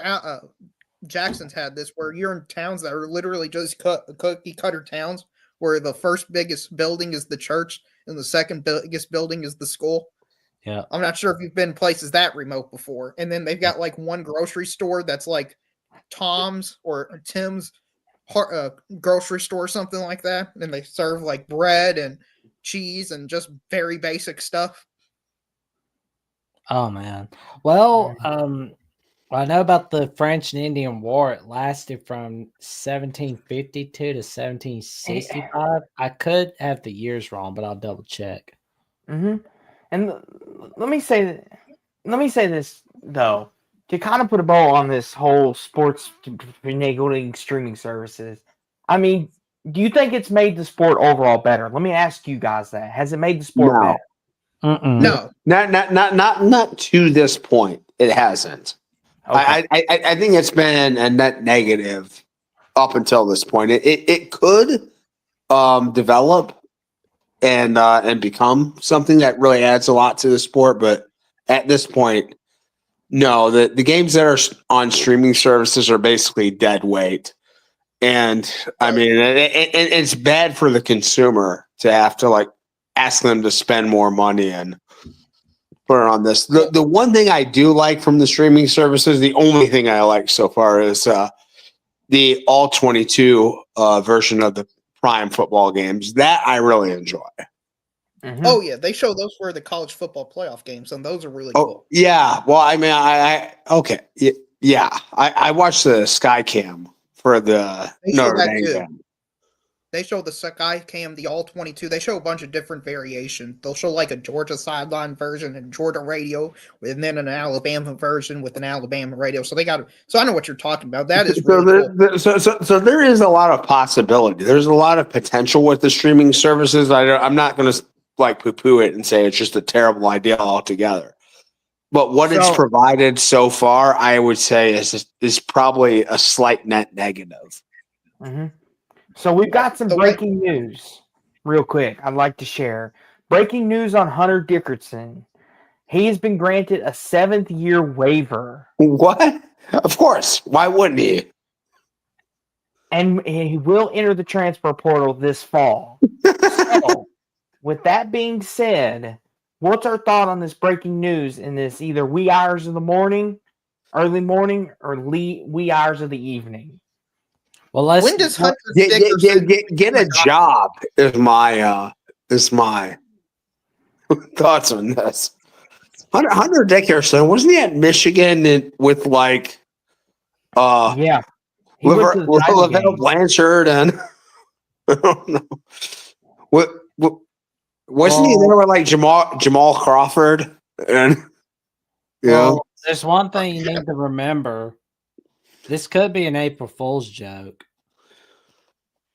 It might be. I correct. mean, he was on CBS Sports. I saw like the day after Kansas lost, he was on CBS Sports talk as an analyst for college basketball. But if this is true, which it may be, it may not be, it wouldn't surprise me. We've had 7th, 8th, 9th year players. You know, Sean. Everybody's got to become a doctor nowadays. Of course. So, well, I mean, I think if you get prescribed Advil for a headache, which I mean, I don't need to be prescribed Advil, but if you show up at the training table and say like you have the sniffles, I think that qualifies for a medical red shirt these days. Mm-hmm. Right. Also, if you were a JUCO player at one point, you'll get a red shirt as well. Well, yeah. Thank you, Diego Pavia. Right. Yeah, the Cesar Chavez of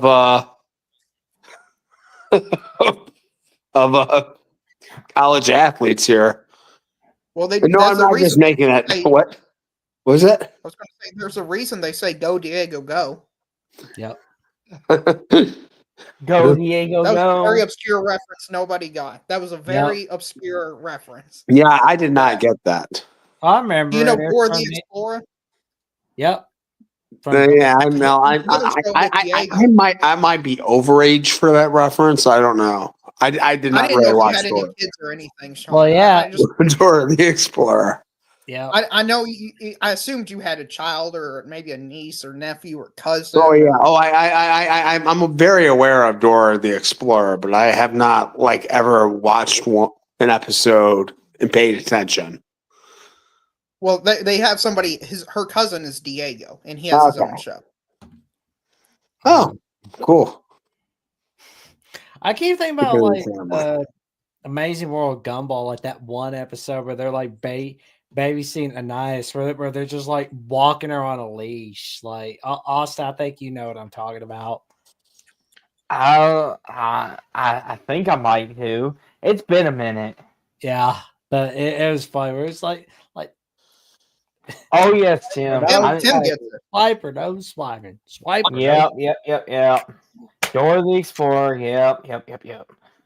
My niece used to watch it all the time. Would drive me freaking off a wall. But anywho. Oh man. Well, that's part of life, Austin. You got to sit there and just shut up and pretend you're enjoying it. Daryl, listen. The one thing I can cover myself in is knowing that Louisville will always be better than Kentucky in all sports and all facets. Oh yeah, that's exactly why you are in like a 10-year losing streak in all major sports. That's No. You see, Daryl. See, we're it's okay to not be second. We're dominating baseball.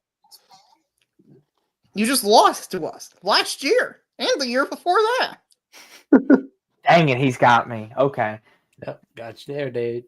We even beat you in softball. God. I watch all the Kentucky Louisville. You can't. None of that stuff can slide past me. None of that stuff can slide past me, Austin. Here's the thing, Daryl. As a good, we both can admit we don't like Duke, though, right? We both can admit that. Yes, absolutely. We all hate Duke.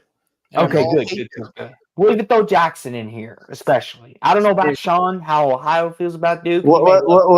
I mean, listen, like one of my best internet buddies is a doctor who graduated from Duke and is a huge Duke fan. So I'm a little partial to the Devils here. Okay, well, Sean, I'm going to trust that doctor.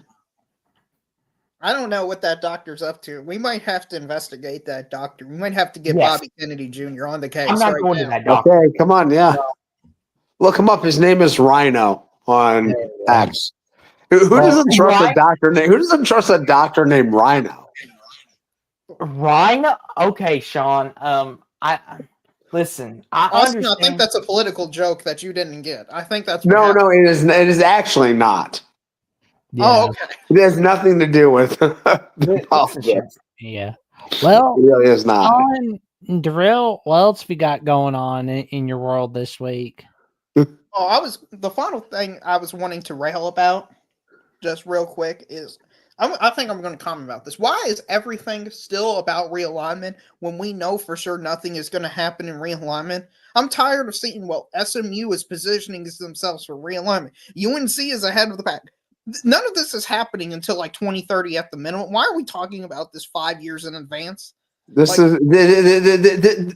right now is like the second round of the heavyweight boxing fight, though, right? It's just it's all about setting up. It's all about the setups right now. We got to set up for 5 years. We got to talk. Yeah, that is. It's like the big heavyweight boxing fight. You know, nothing's going to happen until the 9th round.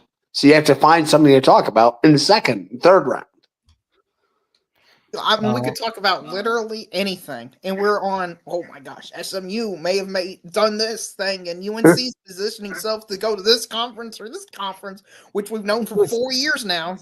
Yeah. It's like, good. You know what I would rather watch than I'm actually watching is this Crown basketball and irrelevant basketball. I would rather people talk about that than conference expansion. The Crown. Well, Daryl, that's where Kentucky's going to be next year because they're going to be in obscurity. Wow, that was a burn. That was a good burn right there. It's more impactful from somebody who actually can beat us. So, Austin, if we're in the crown, then you're just at home. Hey, Daryl, I have to ask. So you have a lot of people to talk to in the SEC that can beat you, then, right? A lot of no, we're near the top. Mm-hmm. Well, I mean, we beat Tennessee twice. We yeah. beat who did we beat? We beat South Carolina. We lost to Arkansas. We're average in the SEC. We finished, I think, 10-10, 11-9, 9-10, somewhere around there. Honestly. Wow! That's big Kentucky pride right there. I know. Hey, listen, Adolph Rupp must be must be lighting a cigar somewhere. We finished 11-9 in the conference. Hey, listen, man. We didn't lose to St. Peter's or Oakland. I'll take it. We made the Sweet 16. We held her seat line. We don't got no embarrassments on our record, Daryl. I can't speak for you, but Louisville, we take pride in who we play, and we don't lose to the St. Peter's and of those worlds because I know you only lose. Wait! No, St. Peter's. What about the Oakland Golden Grizzlies? Yeah. Yes. Well, that has produced such distinguished alumni as yours truly. One of them's down here at the bottom. Right here. We gotta get. We're gonna get Turnett.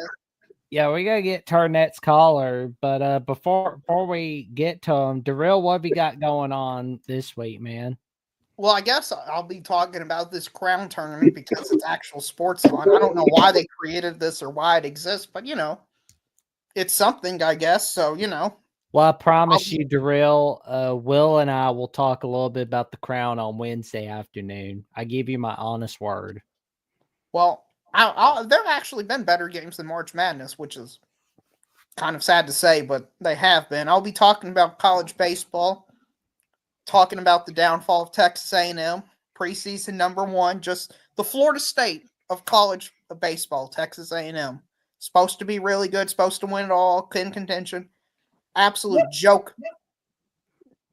They don't even wear their school colors, Daryl. Not to cut you off, they don't even wear their school colors. What's wrong with them? Yeah, I know. I mean, they were projected to be like a super team, a team that can win literally every game. And they're 1-8 in the SEC. They lost to New Mexico State once. I mean, they've just been atrocious. So it's been fun making fun of those people and making fun, and Virginia and Duke and some other these atrocious college baseball schools. So I'll be tweeting about that as well. There you go. I could tell Sean has absolutely no idea what I'm talking about. No, Darrell. I zoned out 10 minutes ago. Oh man, we got it's fine. College baseball. Wow, we gotta get you on Instagram next, Darrell. We gotta get you hooked on that. Man, I don't take too many pictures. I mean, sometimes when I go to the ballpark, you don't need the pictures. You got the iconic D logo, man. Like you're good to go. Well, I got to. Instagram is a place where you take pictures. So if I don't have any pictures, nobody will care. You won't need pictures. Especially when you got a voice college football following, man. So there you go. So you're good to go. Like we got you back. We got you back. Well, I grew up in Big Ten country. I don't think the Big Ten has a single team in the top 25 in college baseball. Is it like Oregon? USC, Oregon? No, Oregon. Okay, cool. Yeah, we don't do that. We don't do that shit here. So, but Darrell, we'll definitely be seeing you soon, like this week, and we look forward to discussing a little bit about college basketball and all the other stuff with you, good buddy. If we don't see you Wednesday, we'll definitely see you Thursday on the Alabama Call-In Show. No, I'll be looking forward to calling in and talking about Auburn disrespect on the Will and Vian Jackson show. Oh man. We'll get the Trash Talk Tennessee together, good buddy. We'll have to keep it at a 10-minute minimum on the Alabama Call-In Show. 10 minimum? Gotta get Jeffrey to bed. That's why. Minimum or maximum? See, here's the 10-minute maximum. My mistake. Yeah. Okay. Here's the thing about Jeffrey, Sean, and Darrell. Before you go, see, Jackson's got to keep him on a bedtime because he's got a girlfriend and he's got to go to school, and the girlfriend, he gets upset. She gets upset when No, Jeffrey, wait. No. That was a Freudian slip that I think you let something out there. she gets upset when Jeffrey doesn't give it is awake and attentive. So we're grown adults here. Me and Jackson, we hang out after dark. Yep. I thought Jeffrey was on like some sort of probation schedule. Nah. Yeah, too. He just needs his sleep, because he's like working a lot during the day, and it's like, so we gotta keep him. His girlfriend's very. We don't very, want him up at 1 a.m. Yeah. Then he's gonna lose his voice. So we're gonna make sure he gets to bed on time. So that's why I appreciate it, Tim. I appreciate it, good buddy. Thank you for tuning in. Once again, come on in and check out the USC Call-In Show on the LAFB network. Yep. Well, all righty, Darrell. We will definitely be seeing you soon, good buddy. And then we will be turning to Sean. Then we will get to our next caller. See you, Darrell. Good night and sleep well. And Sean, we get to you next. What have you got going on in your world, good buddy? Dude, I am recovering from the season change, from a couple I had maybe the two best vacations of my life recently, and they were like back to back. So went to Phoenix for about 4 or 5 days there, and flew back. Flew back to Michigan and flew out to Philly the next day. Saw the wrestling championship. Was in the same building as the president for a moment, and yeah, those 2 trips were amazing. And yeah, it's kind of been a come down ever since, especially since I haven't felt good at all since I came back. But little rundown, so mostly probably be on the down low for most of the rest of the week. All right. Yeah, but and be sure to give Sean Garner a follow on /Twitter and on Blue Sky, where he's got Jason asks a very good question. I tried 4 different cheesesteaks. I went to Pat's and Geno's. Those were both mediocre at best. And but Angelo's. Yes. Go to Philly. Angelo's. Oh, that's what Adam Lamparello likes. He likes Angelo's. Angelo's. Yes. It is. Yeah, I mean they put a lot of time into it, and there's usually a pretty long line, so plan ahead if you go to Angelo's in Philly for a cheesesteak. All right, man. Yep. Well, let's get Sean a bunch of followers on /Twitter and give him a bunch of followers on Blue Sky, because he's got some great takes on the sports world and other takes as well. So we'll be definitely seeing you soon, good buddy. All right. Get to feeling better. Take care. You too. And we have our Nets caller. He is a tremendous supporter, and he is a go-to on Ohio State athletics. And he's one of the smartest guys you'll ever talk to. The one and only Thomas Hero. How you doing tonight, good buddy? Hey, guys. How's it going? Oh, it's going pretty good. How you doing tonight? Sorry we got to you a little late. Oh, no, it's okay. I came in a little late. I was pretty worn out today, and took a long nap after dinner, and then started doing random stuff. And usually I'm in YouTube mode watching, you guys or somebody at that time of night, but I was a little slow getting to it. But luckily you're on late, so worked out all right. Yep. And Hummets, I'm glad you're here, because there was some breaking news involving your Bengals a couple of days back, in which I'm about ready to pull it up right here for you. I want to get your thoughts on, because I don't know how they're doing it, but I would really like to know from your perspective. T. Higgins, Jamar Chase, both got big contract extensions, both staying in Cincinnati. what's the deal here, Hummus?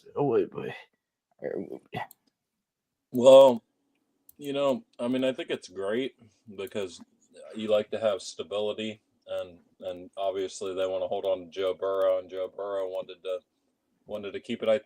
I think that Joe Burrow might be restructuring his deal a little bit.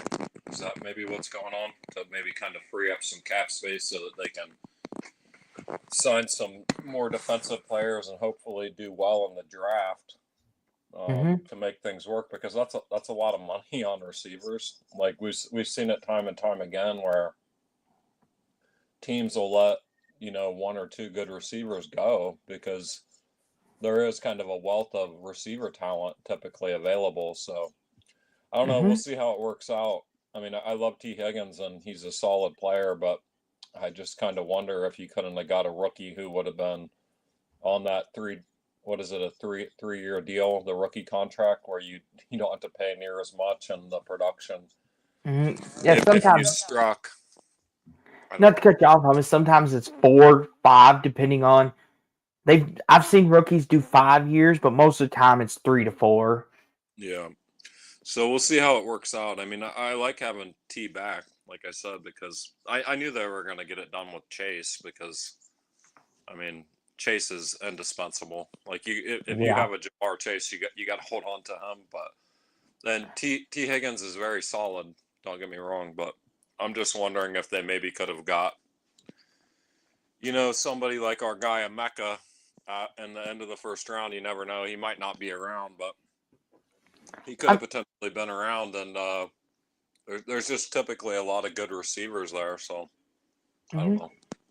Well, and the kind of thing I see it as, Hummus, too, it's like Justin Jefferson with the Vikings. A lot of people thought that the Vikings were just going to let him walk out the door because he was fed up, and a lot of people thought that with Chase too. Like a lot of people were thinking, oh, he's going to walk. The Bengals campaign, there goes another receiver. Because kind of like AJ Green, the Bengals ended up, they ended up trading him, I think, but they ended up paying him first. Do you think that's the same fate that's going to happen with either one of these, where you paid AJ Green but then had to trade him to Arizona? Or are they going to be able to play out their contracts, hopefully? I mean, I guess that's a potential thing, but I don't know. It doesn't seem extremely likely to me, just because, like I said, I think Burrow really wanted him back. So it could happen, but I don't know. Hopefully, Burrow's just willing to restructure his deal. I mean, these guys all have enough money. Like if getting a Super Bowl ring is more important to Joe than getting like a maximum contract deal or getting paid as much as he can, that is, then he needs to restructure his deal and kind of take a little pay cut so that they can afford some. Because I mean, it's great on the offensive side of the ball; they're going to be stacked, but you got to have a defense too. You know what I mean? So they got to sign. They got to be able to retain the players that are doing well and sign some free agents too in the coming year. So we'll see. Well, and the thing too is, I think Jamar Chase and Joe Burrow, when both healthy, is one of the best wide receiver quarterback duos. That's never been the issue in Cincinnati. It's the O-line and the defense has been very suspect.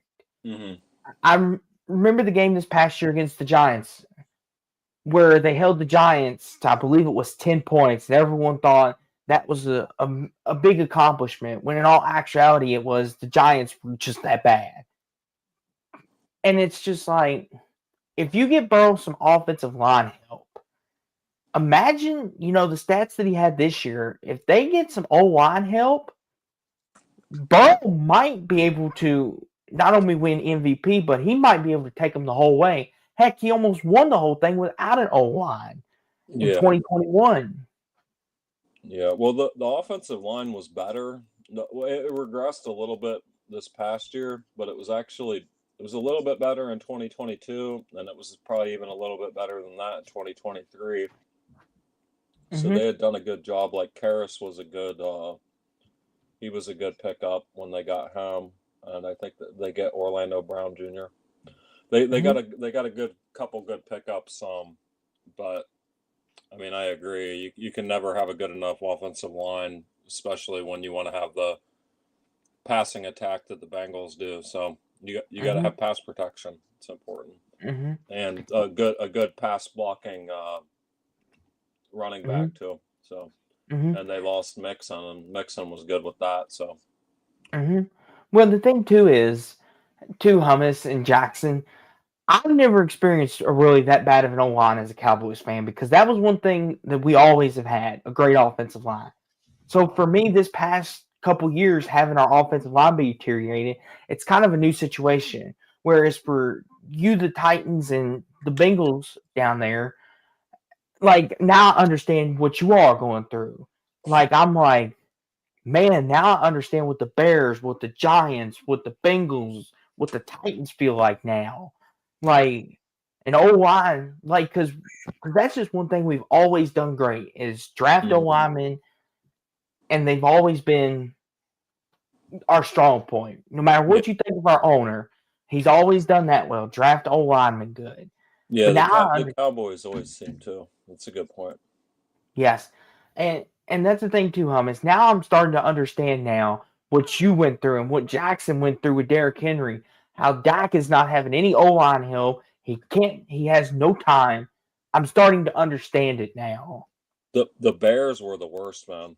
Because I'm not a Bears fan, but I'm a huge Justin Fields fan. So I was watching a lot of Bears games when the Bears had Justin Fields, and my goodness, and he was just, and he's a mobile quarterback too. You know what I mean? He would break free quite often, and he's not an easy guy to pull down, and very Mm-hmm. good scrambler.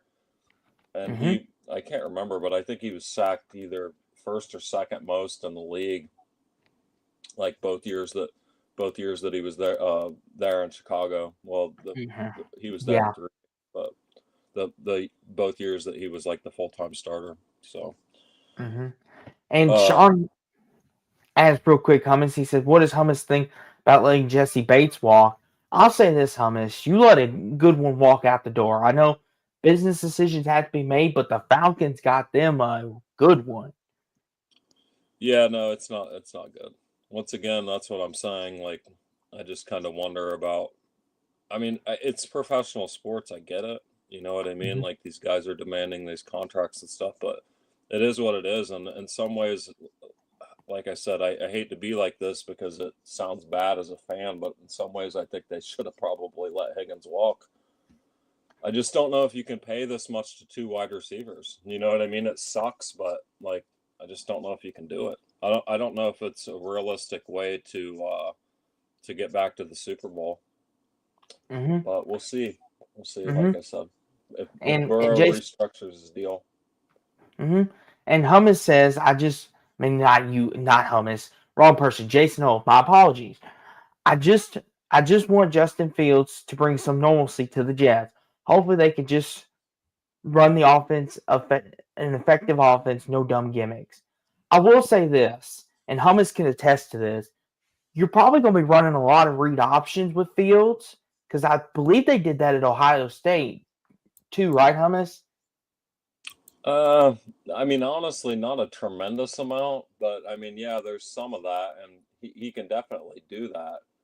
It's just the Ohio State offense under Ryan Day has never been super heavy in that. Like it exists in the offense, but it's not like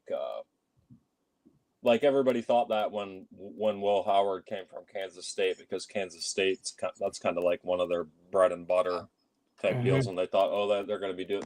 They actually didn't do it near as much as you might have thought, and that's just because it's not how they run the offense. But Yeah. Well, Jason, you mentioned about the Jets having some normalcy. Um, I feel like as long as the Jets have Woody Johnson as their owner and whoever else on that general manager staff, you're never going to see good things happen. Unfortunately, you're not going to see the Jets take over anything from the Bills. I mean, like the good time will be like if we see like the Bills losing key stars here and there everywhere.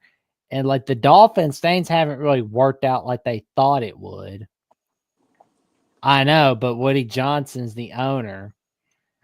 And Yeah, Here- I don't know. he's the one responsible for making the bad hires or not giving his hires enough chances, like not giving the general manager enough chances, and obviously.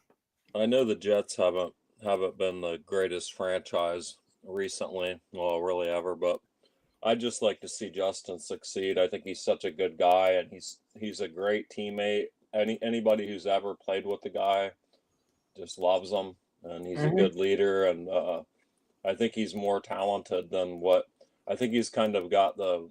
He's been dealt a bad hand in the NFL. I mean, he went to Chicago, which is an organization, and that's why funny we're talking about it because saying the Jets like kind of similar to the Bears, where they typically don't make the correct decisions, I guess, when it comes to how they run the franchise. So Mhm. hopefully it's just not more of the same for Justin. Hopefully he can have cohesion with the coaching staff Mhm. and Well, really that's really get a chance, you know. And I think the Well, Jets really want to give him that chance, so that's a good thing at least.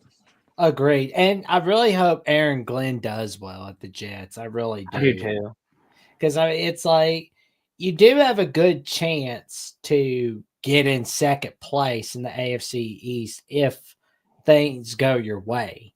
Because I mean that's like what you want is like to really make sure you're the Kings over the Dolphins. I mean, like the Dolphins again, they're just gonna continue making life crappy for Tua Tagovailoa. Like always. Mhm. I'll be pulling for the Jets as long as they're not playing the Bengals, which I don't think they're going to be playing the Bengals. Maybe they play, but any other game I'll be pulling for. My brother's actually a Jets fan. He moved Oh, he moved to New York. Moved to New York right out of graduate school, and he's lived there. He's lived there for goodness over 20 years now, and he's a Jets fan, so he's going to be excited to have Justin as the quarterback. It's going to be cool to see Justin and Garrett Wilson back playing together again too. Mhm. Well, and that's the way I am, Hummus. Like I root for the Ravens for Lamar Jackson. Like that's my thing. Like if the Cowboys don't win a Super Bowl, I pull for the Ravens because I want to see Mhm. Lamar. Louisville connection, obviously. But when they're playing the Cowboys, I'm sorry, I love Lamar, but I cannot root against my team. Right. That's the Kind way of I well, like am. That's the way the I am. Commanders, like good things have happened to him since like Dan Schneider has been gone from the building, like getting Josh Harris. I mean, if the Jets can find a Josh Harris of their own to be the next owner, I think you're really going to see things turn around quick. We'll see. But yeah. But hey, one of the reasons why I was calling in, I wanted to clarify. I wasn't actually joking, and I wasn't trying to bag on the South or Kentucky when I was talking about that internet thing. Like that's just the truth. Is like if you live in a major metro and you have fiber optic, like the buffering on internet and that stuff hasn't been a thing. Like ever since we got fiber optic lines, like.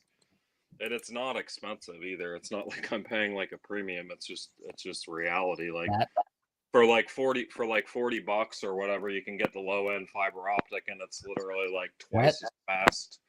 It's literally like twice as fast as cable. So well, that's I okay, wasn't Hamish. making a joke. The real thought I was like trying to bag on Kentucky or something like that.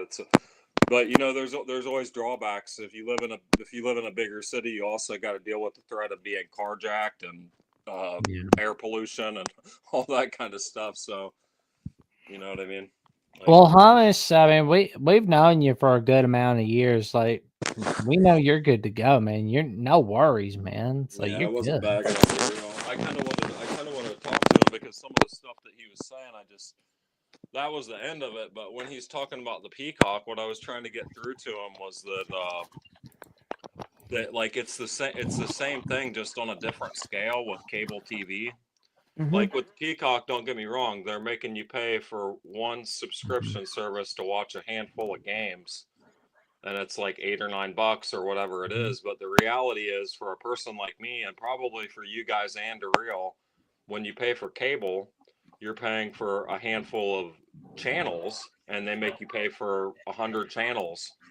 And the reality is all you want is those few channels. So it's really no different. You know what I mean? Well, yeah. Well, Hummus, I'm gonna put Darrell's Ets account in the private chat. So like, if you want to talk to him like sometime the next day, you can, man. Yeah, right on. Yeah, I was just saying that. I was just saying I was kind of defending it because I recognized that a while back that it. Don't get me wrong. I'm not saying I like it, and the one thing I definitely will. I'm not saying I like it the way that it is, but I never liked that cable made me do that either. Like I literally just want ESPN, FS1, SEC, Big Ten Network. Like that's all I want. You know what I mean? And then, I mean, I'm a little bit older, so I remember the days where cable was relatively cheap and hell FS1 didn't even exist back then. Literally the only thing that you wanted it for was ESPN, ESPN2, and every other game that you could watch was on broadcast TV. And we even got like the stuff that would be on like the Big Ten Network now or Peacock or ESPN Plus. We had that stuff in syndication on something called ESPN Plus. So or ESPN, what was it called? I can't remember. It was first it was Raycom. First it was Raycom. And then it was I can't remember. It was like ESPN had their own little syndication thing at the beginning of the 90s, and you would get the lower tier games for free on like one of your local affiliates, whoever had it in syndication. So for us it was like Channel 10. Yeah, that's you'd see that. So like, you know, don't get me wrong. What Darrell's saying isn't falling on deaf ears. I'm just saying like, you wanna blame something, you got to be consistent. Like you also got to blame the huge cable bill when you're not really wanting all of that stuff. So true. Well, I don't know. It's a world we live in, like you guys were saying. Capitalism. It's got its good things and its bad things. You know what I mean? Like we get you for things on trying to make a buck off of you. So well, that's the thing too. Like now, it's the thing is like the Pac-12 network. You know, some people had it, some people didn't. I was one of the unfortunate ones. Like I said, I had Dish Network. The Pac-12 was included in the cable package when I bought it. Because I just wanted ESPN, ESPN2. Like I didn't care about the SC network and all that, but they threw it in there because it was part of the package. And people were talking about how the Pac-12 network was unreachable. Oh Well, yeah. now with a lot of these streaming services, like you said, if you can afford it, it's great because you can watch what, like you said, it has its perks, but it also has its downfall, like anything else. Oh yeah, yeah, and the affordability thing is there. So basically, what it is it's on top of it. So they've already got you hooked in where you got to pay for YouTube TV or Fubo or your regular old-fashioned cable to get like the 5, 6 channels that we're talking about. And then on top of that, now you got to pay for Amazon Prime to get Thursday Night NFL, and you got to pay for Peacock to get Big Ten. You know, and more will end up happening too. Like Netflix will get it. Everybody will get their hand in it. You know, luckily with Paramount, they do the streaming, but all of their stuff is available on CBS over the air. So as long as you have a good antenna, and that's another thing that I was pointing out to Darrell is that actually with the Big Ten, the majority of the good games, the majority of the quality games that you want to watch, they are free. You know what I mean? Because SEC has the contract with ESPN, so like probably 50% or more of their games you have to pay for. Now he can look at it the way that he thinks, and I'm just paying for cable, but you're paying a lot more for that. Like if you're say you were just strictly a Ohio State fan or a Big Ten fan, like the reality is that there's only a couple games that you're going to have to pay for a year because the majority of the games are on broadcast TV. They're on NBC, Fox, or CBS. You know what I mean? So I don't know. Like, and some people refuse to do it. They're like, I'm not paying for Peacock. I'm not paying for the bad games that are on the Big Ten network if you're Ohio State. Now, if you're like a Purdue fan or something like that, that dedication. Networks, they don't want as many of your games. So Purdue probably ends up playing like a couple games on Peacock maybe, and maybe like 3 or 4 on Big Ten Network. I'm not sure exactly how it goes. I know that every team in the Big Ten is required to play 1 game on Peacock and 2 games on Big Ten Network. So those are the only 3 games that I'd have to worry about. So most of the year, this is the thing, like what Daryl's saying, I can sign up for Sling TV usually and get, if those 2 games happen to fall at the beginning of the year, which a lot of the times they do, in theory, I can get both of the Big Ten Network games for Ohio State for 1 month of Sling and then cancel it. And you could do the same thing for the Peacock game when it's on. So you're looking at like $50 to watch 3 Ohio State games throughout the year. And the rest of it's going to be on broadcast. Whereas if you're a fan of Kentucky and 5 of their games are on the SEC network or ESPN, you're going to be paying for 2 or 3 months of cable. You know what I mean? So it's actually cheaper. It's actually cheaper, but I don't know. And especially if you're Notre Dame. Well, the thing too is, Hummus, what irritates me about it is I don't mind the Peacock, because the Peacock is where you put the games that no one wants to watch, right? Like, the thing about it too is Purdue Ohio State was on Big Noon Kickoff. And even you as an Ohio State fan would agree that was not a Big Noon Kickoff game, but it was because the schedule was so sloppy. Oh, no, it's ridiculous. And don't even get me started on Big Noon Kickoff. I don't like it to begin with. I've had it with Big Noon Kickoff. And here's the thing, and this is nothing against your team or Purdue, but it's like you all were up 49-0. And I'm like, really? And Gus Johnson and Joe Clapp were trying their best to sum up interest. But it's one of the things where I wish Hummus and Jackson, where they could just switch it like they do with the NFL, where they'll be like, okay, this game's a blowout. Let's switch it to UCLA Penn State, who's in a 10-point game with 5 minutes to go. Even though Penn State's up 10, there's still a chance UCLA can come back. That's a great idea. Like they do with the NFL. Or better yet, put Purdue and Ohio State on the Peacock. And it's just like, because I feel so bad like for Gus Johnson, because he's trying to act enthusiastic. But even him, he was like, when Jack Sawyer scooped and scored, he was like, Ohio State touchdown. Normally he gets excited and it's a stupid score. Touchdown. Ohio State, they're back in it. And with that game, he was just like, touchdown. I'm hearing Gus. Yeah, I remember that exact play that you were talking about. It was almost like he was being non-enthusiastic on purpose. Like, I can't believe I'm calling this game. Like, why are we watching this? But I agree. And Big Noon in general, I don't like it. That's the one thing, once again, like, I mean, I know money's what makes the college athletics go, but like, you know, I just don't like it that Fox has to put all their games and they control the majority of the good games, because as a fan, I'm not saying I hate the noon games, but I want to see Ohio State play more primetime games. And that's the biggest thing that I miss. That's the biggest thing that I miss from the Big Ten not having the contract with ABC, ESPN anymore, is that we used to get really quality nighttime games. And now basically the only time you see it is if we're going to be playing on the West Coast, or if we're playing like Notre Dame on the road or something like that. You know what I mean? And the contract's going to be, you know, with somebody else that's not Fox. So it's annoying to me. Crazy.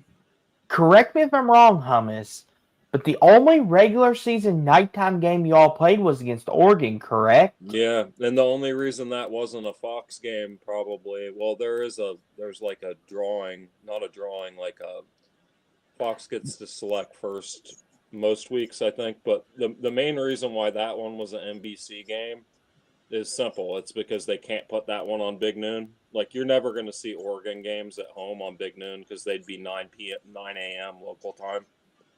So you'll see that regularly. So when one of the biggest games of the week for the Big Ten is out west, if it's USC, Washington, Oregon, UCLA, probably not with UCLA. Ohio State, USC, those type of games. whenever it's going to be those type of games, and they are West Coast games, you're going to see those games on CBS and NBC, because they're Well, not going to do that to the fans, and they're not going to put those games at 9 a.m. local time. mm-hmm. So Well, that's that's the one good thing. That's the one saving grace for a few of the games, at least with the big noon. Save us from big noon, NBC. well, Here that's come to save the day. here's the thing. Because let me be honest with you, Hummus. What I would like, and you can tell me if I'm right or wrong, I would love to see Ohio State and Michigan play a night game. I know it's been tradition that's been noon, but I would love to see that be a 7:30 Eastern kickoff on NBC. Just to see Ann Arbor at night or Ohio Stadium filled at night. Like Yeah, I would love to. I wouldn't mind it. I don't think the game's ever been played at night, but it's actually not. It wasn't actually always traditional to play it at noon, though. See, that's what people think, but it wasn't. The game used to be played at 3:30. Also, it hasn't been played at 3:30 for a while, but like up until the mid 2000s, it was sometimes played at 3:30. So Mm-hmm. Well, that's it's the been thing. traditional recently to play it at noon every year, though. Well, another thing I miss is the SEC night games when they used to play Bama LSU at night on CBS. I always thought that was a treat. Or when they played Georgia Bama at night. Or I wish they would do that with the Big Ten a little more. Like if Ohio State plays Iowa at night, go to Kinnick, and I know they'll never do that, like you said, Hummus, because the big noon kickoff gets the first crack at it, and they're probably going to take it regardless, unless, like you said, it's one of the West Coasters, UCLA, SC, Washington. Then you might have a chance. But like, I wish they would do that for CBS. Like, let them go play at night. True. Yeah, or if there's just a week that ends up having two games that are like equally as good, you know what I mean? So that'll happen sometimes too, or you'll end up just from the scheduling. They probably try to prevent it honestly because they want to space out their like marquee games like week to week. So when they go to schedule, they probably but like eventually you'll see it happen. You'll have like USC and Penn State the same day as Ohio State and Oregon, or you know, Mm-hmm. you'll have something like that happen, and you'll end up with one of them that isn't on Big Noon. So, Well, if I but remember I don't know. correctly, and Jackson, you correct me, didn't we have that situation this year where the week Ohio State Oregon played? What was the other big game that they had before that? Well, they had another one. I forget, but I That was might have trying. been the week of the USC Penn State game. yeah, USC Penn State was on CBS. That's Yes, right. At yes, yes. 3:30. USC fell short against Minnesota a week before. But then they almost upset Penn State. So good grief. Mhm. And those games are going to be big draws too. But the thing that we got to realize when we talk about that, like I said, like with the Ohio State Purdue situation, is Ohio State, it doesn't matter who they're playing. They're going to draw the eyeballs, and that's what the Mhm. TV execs are going to promote and they want the ratings. You know Mhm. what I mean? So it doesn't matter if Ohio State's playing Bishop Ready Academy here, a high school team in Columbus. If they play Bishop Ready versus Ohio State, they're going to get all the eyeballs, and they're going to put it on Big Noon. Mhm. Well, and that's the thing too, Hummus. I'll say this: is one thing that I miss is with the thing with the Big Ten and the SEC, right? Is the thing. The thing is, like you said, they look for ratings, right? Like they had Ohio State Akron on the 3:30 window. I believe it was last year. Mm-hmm. Yeah, that was last year, I believe. No, that was this year. My bad. That was this year. And I remember thinking to myself, I'm like, why is this the 3:30 game? Nobody cares that Ohio State's going to win this game other than to see their new look offense. Then Mm-hmm. after that, it's just going to be, and this is no offense to any Ohio State fans, but that's just what I was thinking. I'm like, other than to see the new offense and how they're going to fare, this game's going to get ugly quick. And even Ohio State fans, like, we want to watch the Ohio State game, of course, every week, regardless of who they're playing. But like, if it's one of those games, you want to watch it casually. So like, you want to watch the marquee game at the best time of day, and for most people, that's at night. You know what I mean? Mm-hmm. So, Yeah. and the other side of it, it's also like kind of a sword that cuts both ways too, or I don't know, or whatever analogy you'd want to use, but it's like you get the bad games at night. So like a couple of years ago, we played Toledo at night in the Horseshoe, and it's like this is Yeah. our only night game of the year, and we're playing Toledo. It's like, what's going on Michigan here? did it with Purdue last year. True. Well, that's not quite as bad as Toledo, And but it's close though. I mean, I guess it's not that much different, but I mean, is Toledo better than Purdue? Nah, let's not entertain that tonight. well, no, actually, I think Toledo is better than Purdue, but I'm just saying, True. like when you think about it, like Purdue's a Big Ten team, and some years they are pretty good, and Toledo's consistently generally one of the better teams in the MAC. So like when Toledo's at their ceiling and Purdue's at their floor, Toledo's actually going to be better than Purdue most of the time. And I think in the past couple of years they probably have been, or at least last year. But That's another story for another day. True. I want to ask you this, this Hummus before we go. Let me ask you this: do you think going forward, Hummus? Do you think college football is in a healthy spot? Like just a general question, or do you think we're in a spot where the realignment and stuff are after what we saw? Are we in a healthy spot in your opinion? I mean, I think that it is what it is with the becoming kind of a semi-professional type of setup. I mean, it is what it is. If you hate that, then like it's not healthy for you. But I mean, I think it's okay. And also, I guess it depends on who you're a fan of. Like I feel bad for the little guys that get squeezed out, especially like your Washington State and Oregon State and schools like that lost their seat at the Power Four table or whatever it is. So like it's not healthy for them. Is it healthy for Ohio State and Notre Dame and Alabama? Yeah, it's healthy for our fan bases, but you do kind of worry about it because part of what made college football so fun was the diversity and the pageantry and all of the different geographic regions that had their own flair. And as a kid, I loved just seeing all of the different teams. The NFL, I had all those little.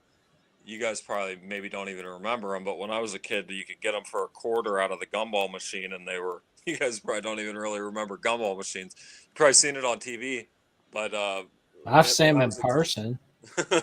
well, Jackson, well, I guess you guys aren't that young, but at any rate, when I was a kid, out of the gumball machine for a quarter, you could get the little NFL helmets. They were collectible, and you'd be sticking a quarter every time your mom would take you to the store.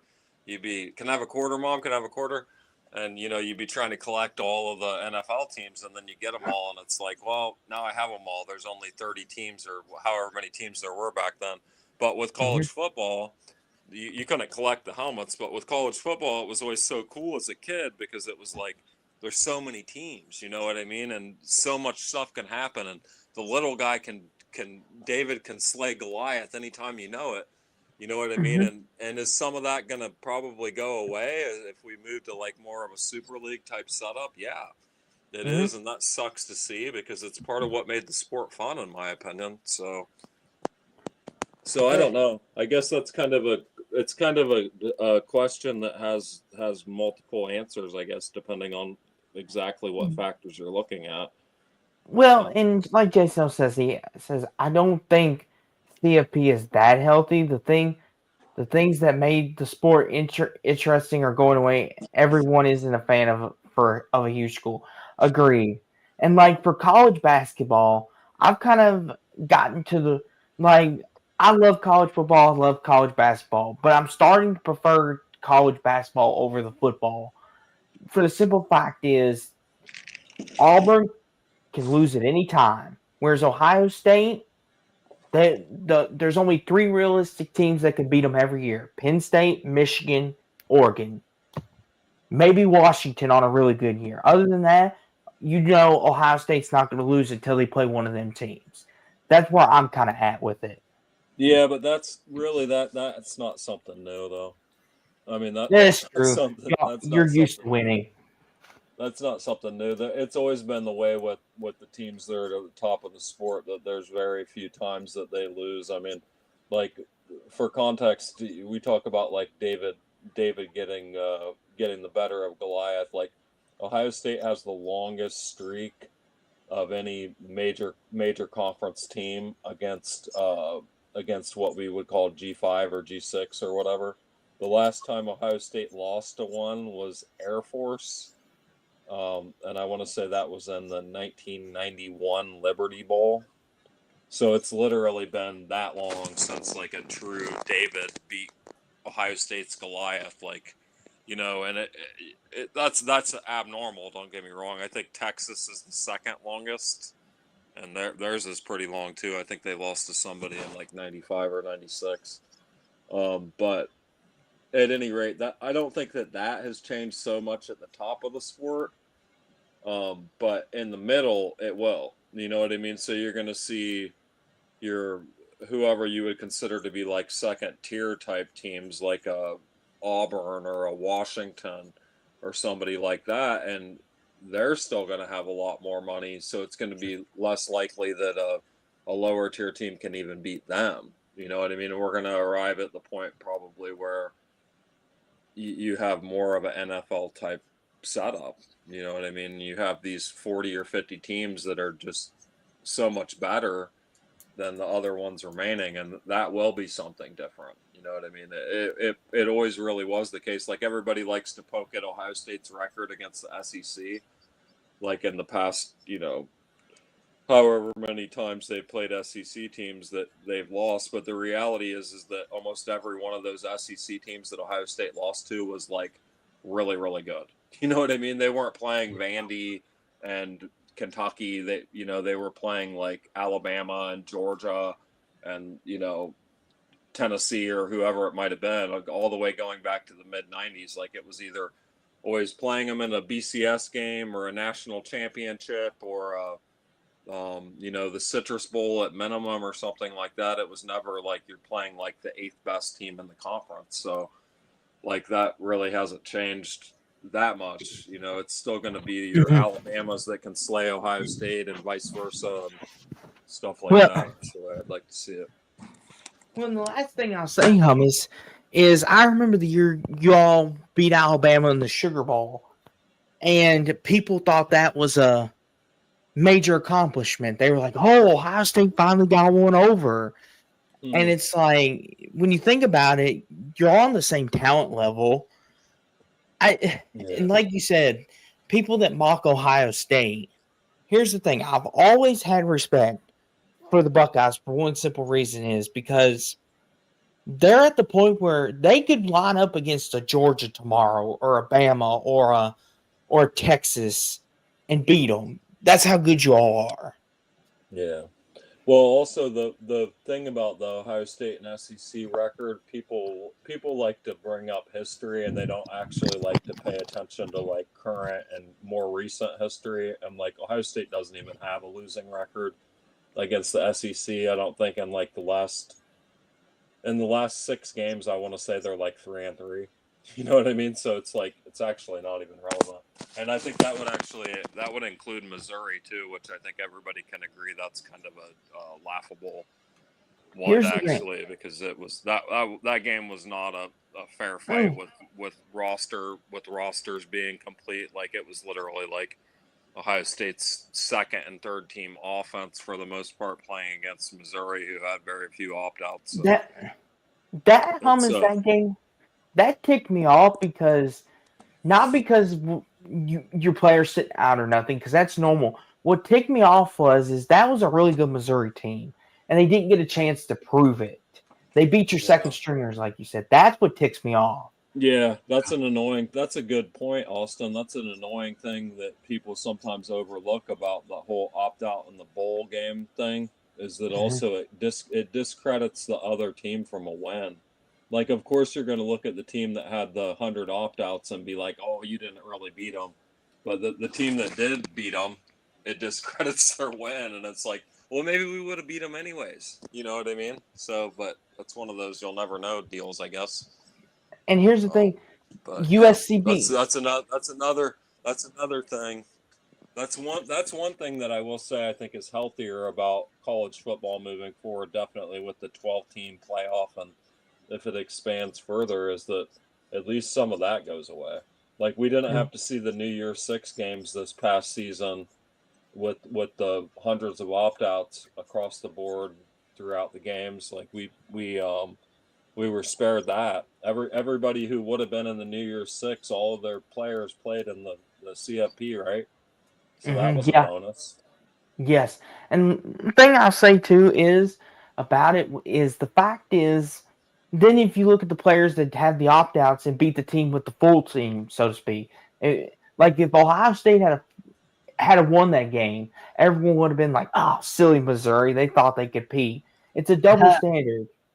It's like, which is it? Is it silly Missouri or oh, that was a fluke? Wait till we get a full team and we play you. Which is it? You can't have it both ways, guys. Either I it mean, was either it was yeah, a legitimate win or it wasn't. Make up your mind. it's hard to say. I mean, Missouri was a solid team, so you never know. You never know what would have happened. But I mean, I think that game it was painful to watch as an Ohio State fan. But I think Yeah, that that was game, I think it wasn't just the Ohio State not having McCord and Harrison, which was huge. It was the backup quarterback who was already going to be inexperienced. I don't know if you remember exactly what happened, but Devin Brown, he went down at like the end of the first quarter, and he was already struggling a bit. But then it was down to the third string quarterback. And anytime that you're was in a game with pitiful. third string true freshman, so anytime he was running the scout team for the majority of the year and only getting backup reps leading up to the game. So like, I don't know. I think that Ohio State was I lucky felt that the pity for you defense all. kept them in. Ohio State was lucky that the defense kept them in that game, honestly, because it could have been ugly. The defense was really good that year too. So the defense people. That was the thing about that game too. You look at it and you see 21-3 and you think, "Oh, this was a good defensive game." No, Ohio State's defense kept Missouri's offense in check. Ohio State's offense was just dog crap. No offense, Hummus, no offense, but No, anybody that it's watched that game knew that. oh, it was a disaster. It was a disaster. It was one of the most forget. Ironically, it should be one of the most forgettable Buckeye games of my lifetime, but I remember how it played out pretty well. It was like I mean, 6-3 at the end of the game, I think, or 7-3 or something, real late, and we were still in it all the way like midway into the fourth quarter. yeah, then I So, think and then Burden broke off a the defense finally got gas because you leave them on the field that long, 3 and out, 3 and out, 3 and out. Like eventually the dam's gonna break, so to speak, right? wasn't it Luther Burden who scored the touchdown that broke it open? I think so. Yeah, and that's why we were talking about Luther. I was talking about Luther Burden with you a little bit in the chat because I watched him specifically in that game, and he's an impressive receiver. That's what I was saying. And you were saying you thought he was a little bit smaller than he was, and I actually did too. But he measured at 6 foot at the combine and what did I say, 206. So he's Yeah. actually he's a relatively average sized receiver, maybe a little shorter, but he's kind of thickly built. And yeah, I think that part of what it is that he's so shifty and he's so quick. He has Tyreek that Hill like. kind of quick jolt, quick first step off of the line, and when you see him, you're thinking like this guy can't be. He almost reminds you of the movement of like a Santana Moss or somebody like that, who's Yeah, because the last thing I'll say is I remember that pass. It was a slant. And normally teams don't bite on slants. They've gotten good about that. But for whatever, like you said, it might have been fatigue. He literally, Brady Cook threw the ball, hit him right on the numbers. And I was like, okay, he's going to get the first, but he's dead to right. And then he shifts on a dime and spins the other way, and he's gone. And I'm like, that's not like Ohio State. And then as you said, now looking back at it, kind of, it's probably fatigue is what got him there. Because normally y'all are a pretty good tackling team. You have been under Urban, under Day. Like, I know Michigan fans will say, oh, you don't tackle against us, but that's another story for another time. Yeah. There you go. Well, Hummus, what else have you got on your mind tonight, man? Not a whole lot. Well, I did have some. I did have some breaking news that's happening in my life. Actually, we talk about Ohio State. I've actually received an offer and accepted it. This is going to sound crazy, but I've received an offer and accepted it to move to Ann Arbor and be on the University of Michigan horticultural team. And we're going to. I'm actually going to be working on the grounds at Michigan Stadium, planting flowers around. Cool. Yeah, I'm going to be moving to. I'm going to be moving to Ann Arbor, and I'm going to. They even sent me a University of Michigan license plate, and I have that. It's got the little Wolverine on it, and I've got that on the Oh back. boy. I've got that on the back of my truck, and I'm actually considering painting my truck maize and blue. You know, I mean, like, why not? What do you guys think? Okay, Hummus. Pretty Listen, cool, man. Congrats. listen. Congrats on the new job, Hummus. But man, please tell me the Buckeye fan in you is dying inside. No, I mean, it's great, but you do realize what the date is, don't you? Oh crap! Hummus got us. Crap. Yeah. I fell for it. I was thinking you'd figure it out, Austin. Well, he sounded so convincing too, because that sounded legit. Like there are them people out there that do that. Like they got it, like for all universities, because I've seen them on my way to work going by the Louisville football stadium. I'll see them out there in the mornings doing I the thought grass. I could get you at the first, but I laid it on thick when I said that they sent me the license plate and I was going to paint my truck. Honest, Yeah, honest. that's the first half. I won't lie. Oh, you had Jackson too. Okay, I don't feel so bad. Until I said the license plate, and then Jackson was like, "Wait a second, it's April 1st now." That's a good one, Hummus. That's a good one. Okay, I'll have to remember that. There you go. Oh yeah, but no, that's not going to be happening. Okay, the rivalry is not dead. Thank you. Rivalries are not dead, not yet. It's never gonna be dead. You'd sooner see me. What does Jackson always say? I'd be with Miss Kitty at the Long Branch. I'd have a better chance of that, right? Yep. That's what I say. But Hummus, we appreciate you calling in as always. Good buddy. We'll be back. We'll be back next week for sure with new topics, and of course Jackson's got his stuff, and I've got my stuff. But we always appreciate you, Hummus. Very supportive, and go Buckeyes, just for you, buddy. And I just want to tell you before you go, thank you for the support you've given us, good buddy, and for being, and not just for being like one of the main subscribers on my channel where I'm now 560 subs, but for being a great supporter of Austin as well. We thank you so much for the support. We thank you, Hummus. Oh, you're welcome. You guys make great content, and you're good friends, and I always appreciate it. And thanks for having me on. You're welcome, Hummus. You're always welcome. You got a spot here.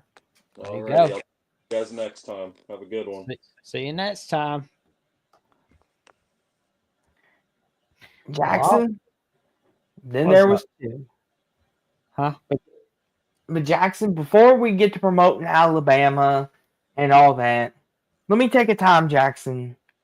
Let's promote you first tonight. All right. I know you're a working man. You love Crimson Tide Live, and that's great. But Jackson, we need to recognize your accomplishment. Well, and I'm doing my part and looking for some candidates for other teams for voice college football as well. Hold on, Jackson. Let's celebrate you first, good buddy. I understand your work. That's what I love about you. But we need to celebrate you, good buddy. Celebrate your accomplishment. 500 subscribers, the big milestone. You're closer to monetization or at monetization. Very proud of you, good buddy. From the first day I met you, I always knew you'd get here. And I'm just glad to be a part of the journey, good buddy. Well, and I appreciate it, man. It's I'm up late at night just making sure I'm working, just coming up with ideas here and there. And the latest episode of the Jack Zone, and I decided, you know what? It's like gonna take a little chance, put in a little something that can help me get some more subs, because like I now got 500 subs thanks to you guys that have been supportive of me, and now the next milestone is 1,000 subs, and I got that the latest 2 episodes of the Jacksonian. The latest one with Ruby Dreyer Finley from Ole Miss Live at the Voice of College Football and the production coordinator of College Game Day. And I can tell you right now, it was so much fun discussing our take on Ole Miss, how she got into sports media, how she became an Ole Miss fan, how she got into College Game Day, as a matter of fact. And we even covered our take on Troy Taylor getting fired in real time while we were pre-recording. So that was the funniest part. It's just funny though, where it's just like, oh my God. But in all seriousness though, it was a fun episode. And I can tell you right now, 35 episodes away from 100. Who should I have on for the next 35 episodes of the Jacksonian? You decide. And I will see that I can reach out to him. I will make sure of that. And if you're not an Ole Miss fan or you don't really care for people at ESPN, Jackson's got plenty more great content for you on his YouTube channel. Take it away, Jack. And I featured so far I featured so many guests like Steve Hellwagon, Matt Zimick, and Parker Thune, Jay Smith from Locked On. I mean, I've got a plethora of Locked On people on there, and so if you're not a fan of one person, Jackson's got plenty more. It's like a DVD store. If you don't like this DVD, guess what? You don't have to watch it. You can go over here and watch it because any views help, and all help Jackson. Look at that poor face. How do you not want to help him? I appreciate it, man. And of course, for more updates on what I've got going on the Jacksonian and Alabama with the Voice College Football, check them out on Jackson VOCFB on X/Twitter and on Instagram and Threads at JacksonJohnson543908 and on Blue Sky on Jackson Johnson 97, where I not only put out my updates on the Jacksonian and on Alabama with the Voice College Football, but my weekly appearances on the Paul Feinbaum Show, where the weekends are full of surprises. And Jackson, now we can promote your Voice of College Football Alabama show. I can tell you this. We talked a little bit about spring practice. We've been talking about the quarterback battle again. Did Ty Simpson win the quarterback battle? Is Ty Simpson the winner? Who's really the villain behind Jeremy Pruitt's downfall? It's a fat man that was running Tennessee in the 90s and the 2000s. And let's just say he was a complete jerk. Who was that man? Tune in. Mm-hmm. Now. There you go. Austin, what have you got going on, good buddy? So this week on my channel, looking into it, hopefully it happens, but me and Only Talk Sports, Jeffrey, are planning on doing a mini tournament recap and Final Four national title predictions hopefully this week. Or at least they'll try to. At least we'll try to, yes. Hopefully looking forward to it. At least we'll try to. And obviously, me and Jackson will be back again, especially if there's some breaking news that we need to cover. We try to do this once a week, considering, and the more y'all keep calling in, the more we'll keep coming back. We'll come back 7 days a week if y'all keep calling in. Now, listen, that will get tiring after a while, but that's what I've got forward on my channel. Obviously, my Twitter/X. Talk a little bit about everything. But that's what I've got going on and other live streams. But as always, thank you, Daryl. Thank you, Sean. Thank you, Hummus. Thank you for making past the mic part of your nightly routine. And we'll hopefully be back next week. And hopefully we have some more news to break or something. But make sure to like, comment, subscribe, click on the notification bells. It helps out the algorithm. And me and Jackson will see you all very, very soon. Take care. Go care, Cards, man. everybody. Roll Tide. Take care now here.